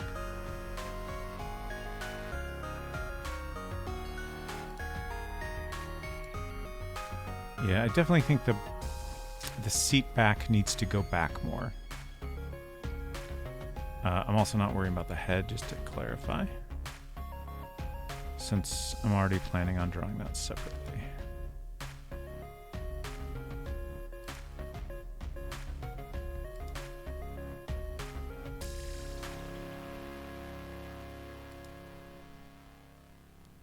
So yeah, I think the seat back should be right around here.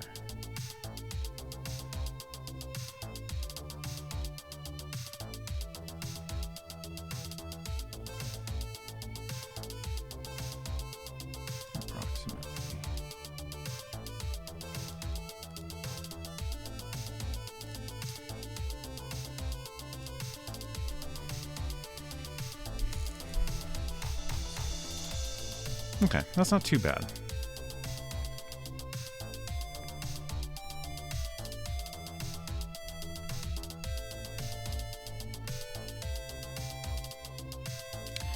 So let's rough in some other... Let's draw an oval for the head for now.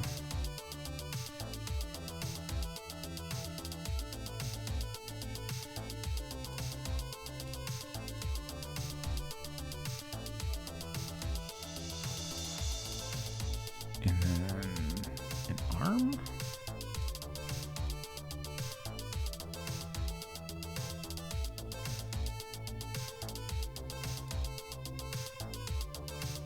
Let's see.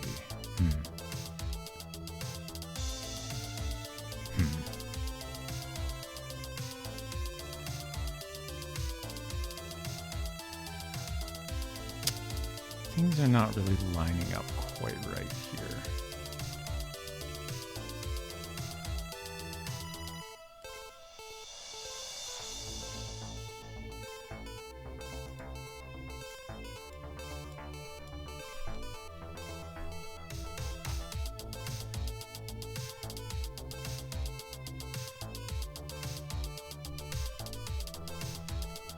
I think I made her body a little too short, so like her head should be up higher, and then let's see. What's the best way to adjust this shape? I could redraw it, I could stretch it, and then tweak it. I could reshape the polygon. I guess we're just stretching it for now. Seems like the easiest way to rough things in a little better.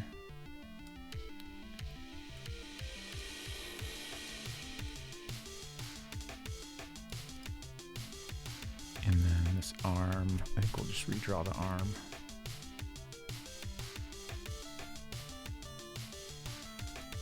I think there's going to be a lot of redrawing happening here, which is fine.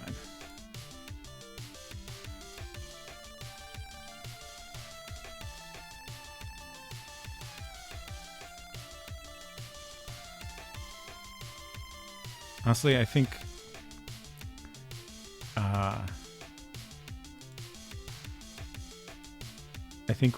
redrawing things is a significant part of the secret to being good at drawing.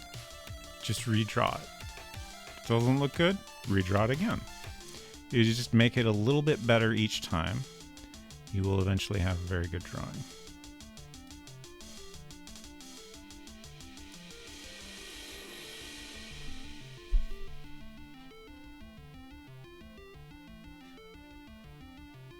Getting closer. It can help a lot if like you're able to like redraw on top of what you've already drawn. So like, you know, that makes it easier to see like, you know, if there's something you like, you can just trace it exactly. So like if you have a light box, or, you know, if you're doing everything digitally, you know, you have layers and, you know, you fade out your old layer and redraw on top of it.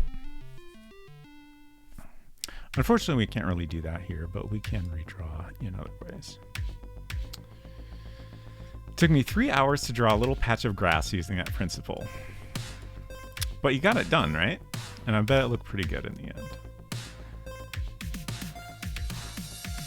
So now I'm trying to figure out how we're altering this seat back. So I think...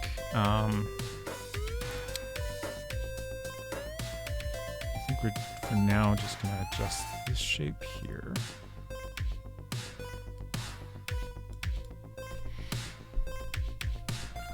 Still a noob at art, but learning. Great. Keep moving the lines until they're where the lines are supposed to go. Exactly. Okay, and then I think let's try just stretching this shape out. That's getting better.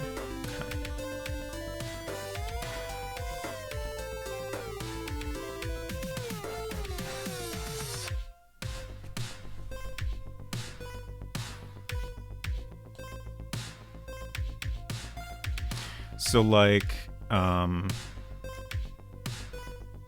we have a bit of the seat that like kind of comes around this, like a bit of the seat back kind of comes around the side a little bit. So like that's what we're seeing here. That's covering up a bit of the driver. But since this is going to be mostly black background, I'm just kind of cutting out the driver shape instead of having an overlapping shape there.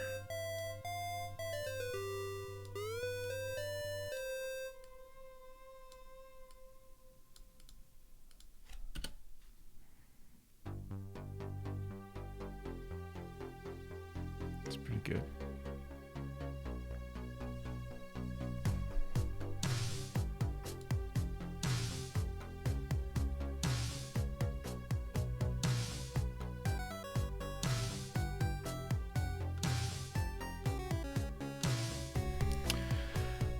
Let's see. Gosh, it would be great if we just rotate ovals. Be so nice. But alas. Let's fill in some of these shapes with white just to get a better idea of how we're doing here. Just so we can see what the heck we've done.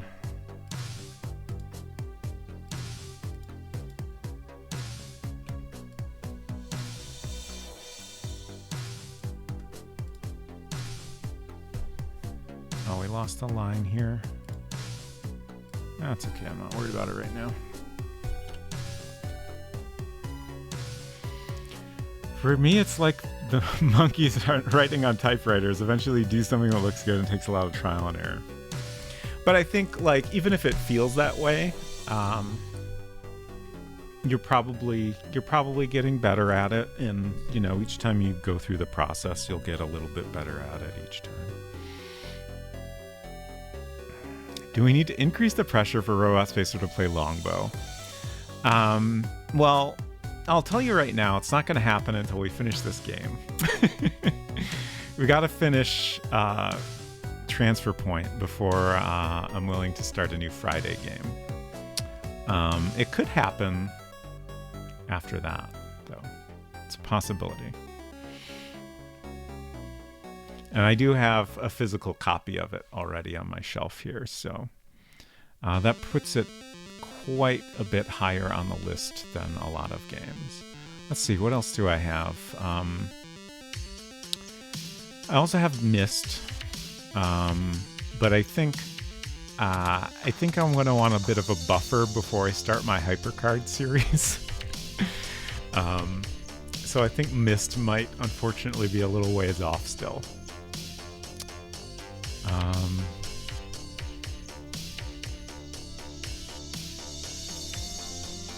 Yeah, we might do Robin Hood after we finish this game. I have played Myst before, just to clarify. I played it back when it came out. I have not. I was gonna say I haven't played it since then, but that's not true. I played Real Myst partially when that came out. I don't think I ever finished playing through Real Myst. But I definitely haven't. I haven't played Myst all the way through in a long time, so like a lot of it will be pretty, a pretty new experience for me. Like I've definitely forgotten most of how that game works, but I'll probably also remember some things as I go.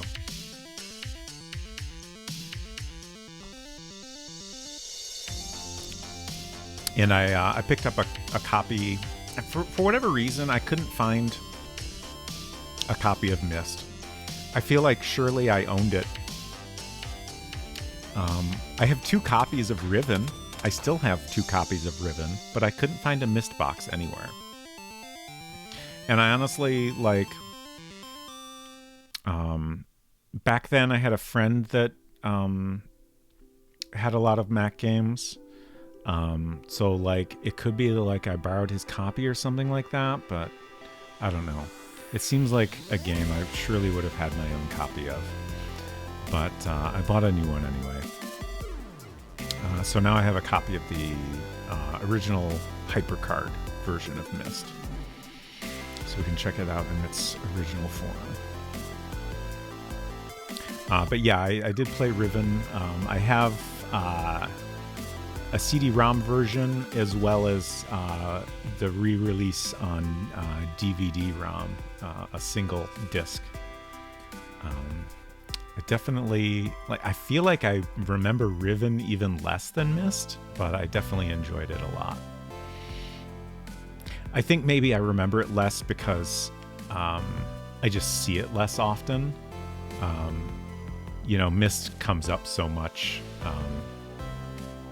just in different, you know, adventure and gaming contexts that, you know, I see screenshots of it and stuff all the time. So, like, you know, it's just more clear in my memory. Whereas Riven I see mentioned fairly often, but haven't really thought about the environments or puzzles too much since it came out.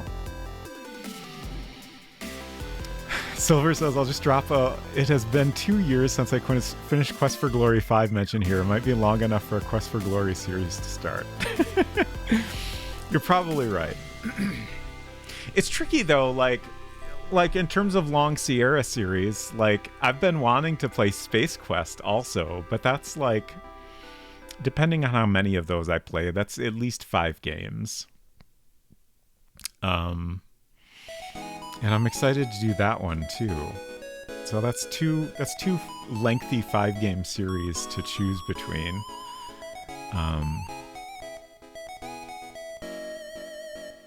And it seems like there's always someone playing Quest for Glory, which is kind of interesting.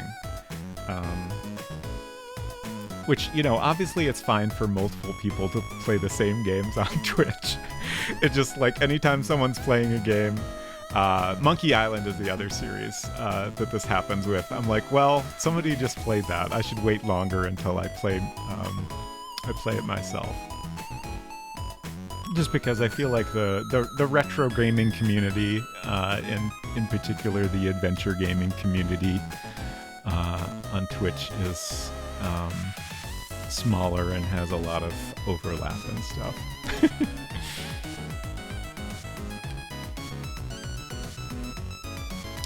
That's it for me today. The Deivor and Digger Mousy BG3 campaign continues. Thank you for hanging out, Deivor. It's always great to see you, and I hope you have a good time in Baldur's Gate. Puzzle says, Miss was also responsible for me first seeing a trailer for The Last Express, which is an all-time favorite. You know, I've never played that.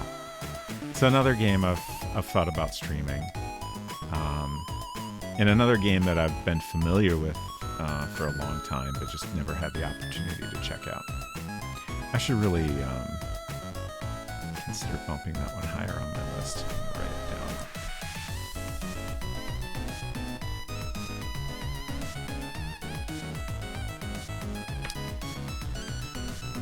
I suppose I could, like,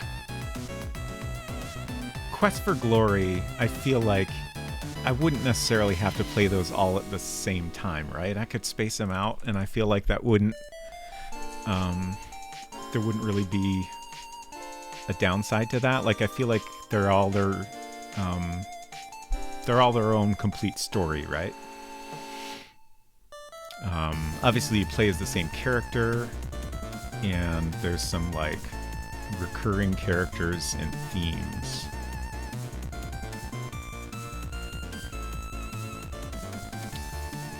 As long as you kept your save game. Right.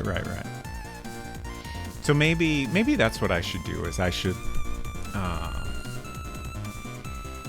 start the first one, and then, I can just switch back and forth between different games for a while.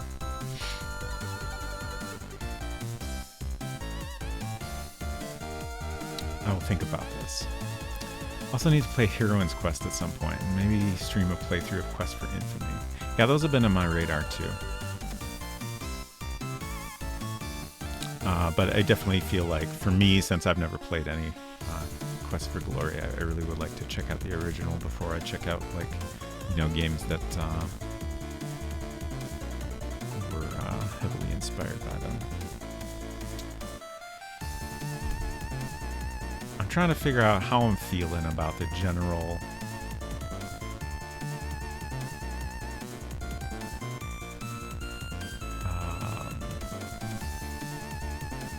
arrangement of the scene, like the proportions of things in particular. I feel like her legs look a little short, maybe? But it's kind of hard to tell.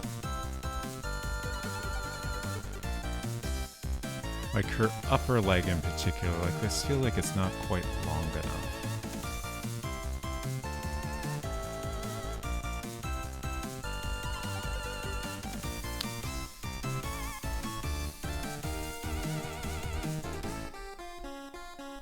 I had a dream once that Don Bluth animated a film adaptation of Last Express. Interesting.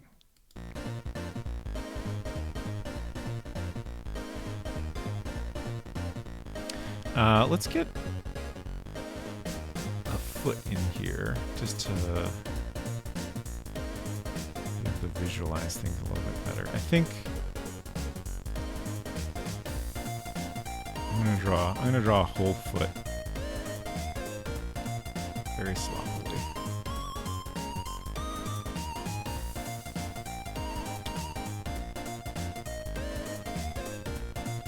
Let's also just kind of rough in some more of the details here. So we have a seatbelt, of course,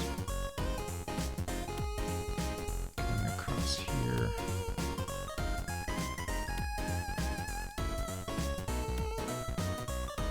A bird just started chirping. It's 8:40 in the evening, bird. Go to bed or something. Jeez.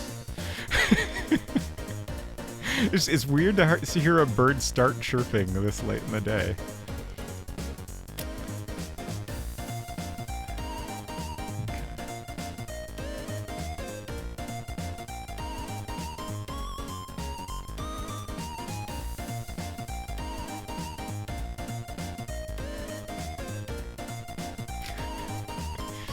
It's Waterbird 67. Oh! I just realized that once I get sounds working on my own app, I can make a loon command. Finally! This is going to make my app all worthwhile. The reason you can't do loon is because Stream Elements won't make me create a command with that, because it's on like the Twitch like banned words list,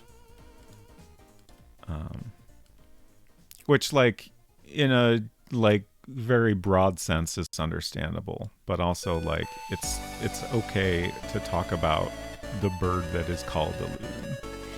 Yeah, that's what we like to do here.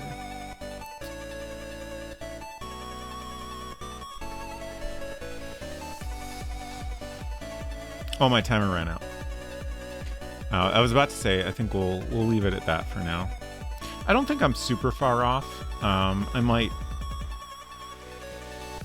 might tweak this a little bit off stream just to make sure I'm happy with the proportions. But I think it's pretty close.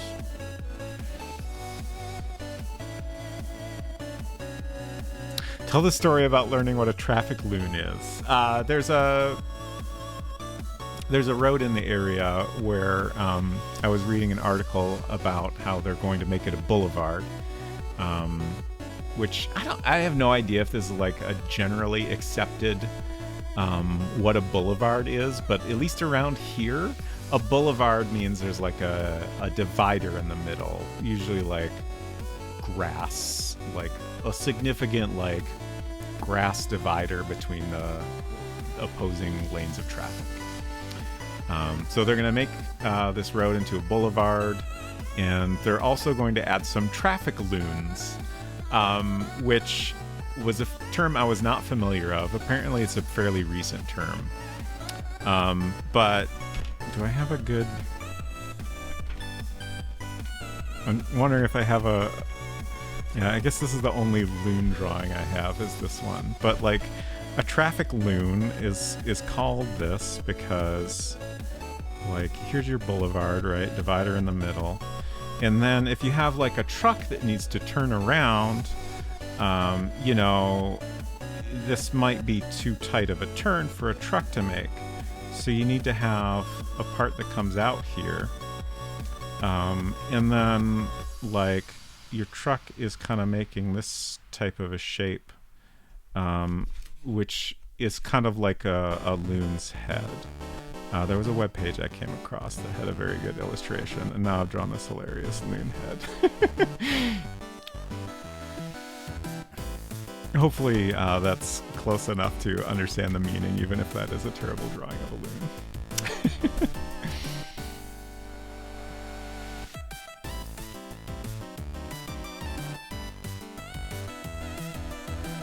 Now I'm just picturing the bird in traffic safety gear. That would be great. Okay, we did good today. We're doing great. On Friday, we will finish up. Well, I shouldn't say that. We'll continue work on this scene. We might finish it up. I think that's possible. And I think we'll get the art mostly done, and then we'll start. Actually, I think we already did some of the programming for it. We should also save this. It's important. Like, yeah, I think we made the game winnable, technically. But we'll want to clean some of this up, for sure. And we might add some additional interactions here. Like, I think it might be good to... let's actually make a note of this. You should be able to click on the token on the fare box and get some kind of response that explains what it's for.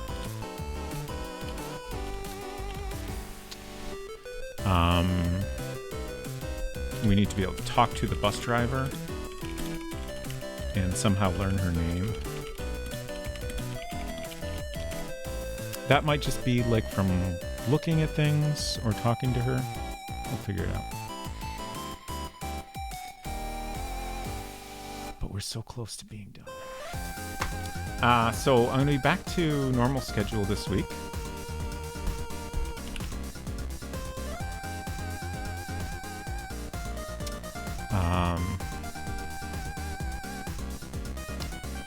So Malpidi on Tuesday, and like I was saying, we'll continue World Builder on Friday. So I got distracted by a thing happening in my app.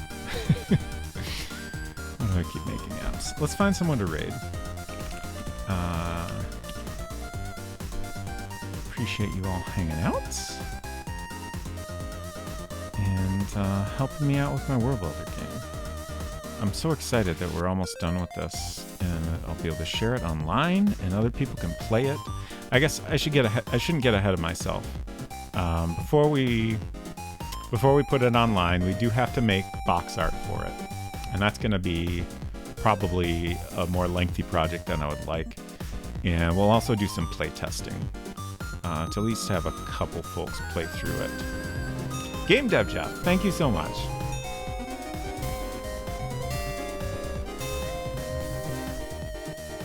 Thank you very much for your 9 months of support. That's so long. I hope you are doing well, and you're welcome.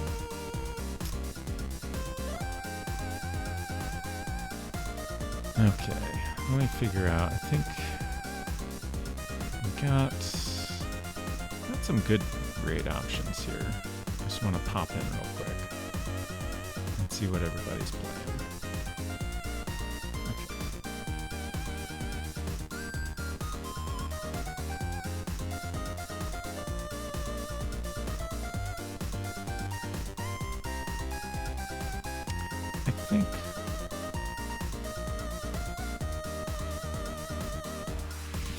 So many tempting options. I think we'll go see Dr. CDC instead. He's playing Leisure Suit Larry 6. Shape Up or Slip Out. I've not seen too many of this one. I've never played a Leisure Suit Larry game. I'm reasonably familiar with, like, I don't know, the first 5 of them. Box art sounds exciting. Yeah, I'm very excited to get to that. I'm gonna be doing like some sort of traditional handmade art for the illustration. So like I think I'll probably at least attempt a painting. Certainly we'll start out by sketching it and figuring out exactly what the layout and stuff should look like just with pencil, but then I'll probably give a shot at painting it to see how that goes. If that doesn't go well, then I don't know, something like marker and colored pencil might be a little easier for me to work with, but And then I'm not opposed to eventually making some digital adjustments if that feels necessary to get the look that I'm after. But hopefully I can do as much of it with traditional period appropriate techniques as we can. Even though this is a game that takes place, like, we have technology from the late 90s, early 2000s.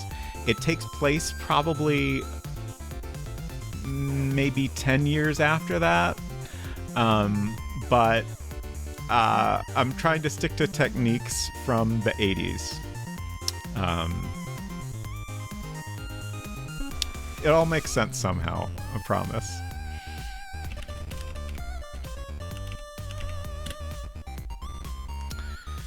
Thank you all for hanging out. I hope you have a great week and a great rest of your Sunday, or whatever day it happens to be where you are. Trick Me, hello. Thank you for saying so. I'm glad you enjoyed the stream, and you have a good night too. We'll see you around. Take care of yourselves.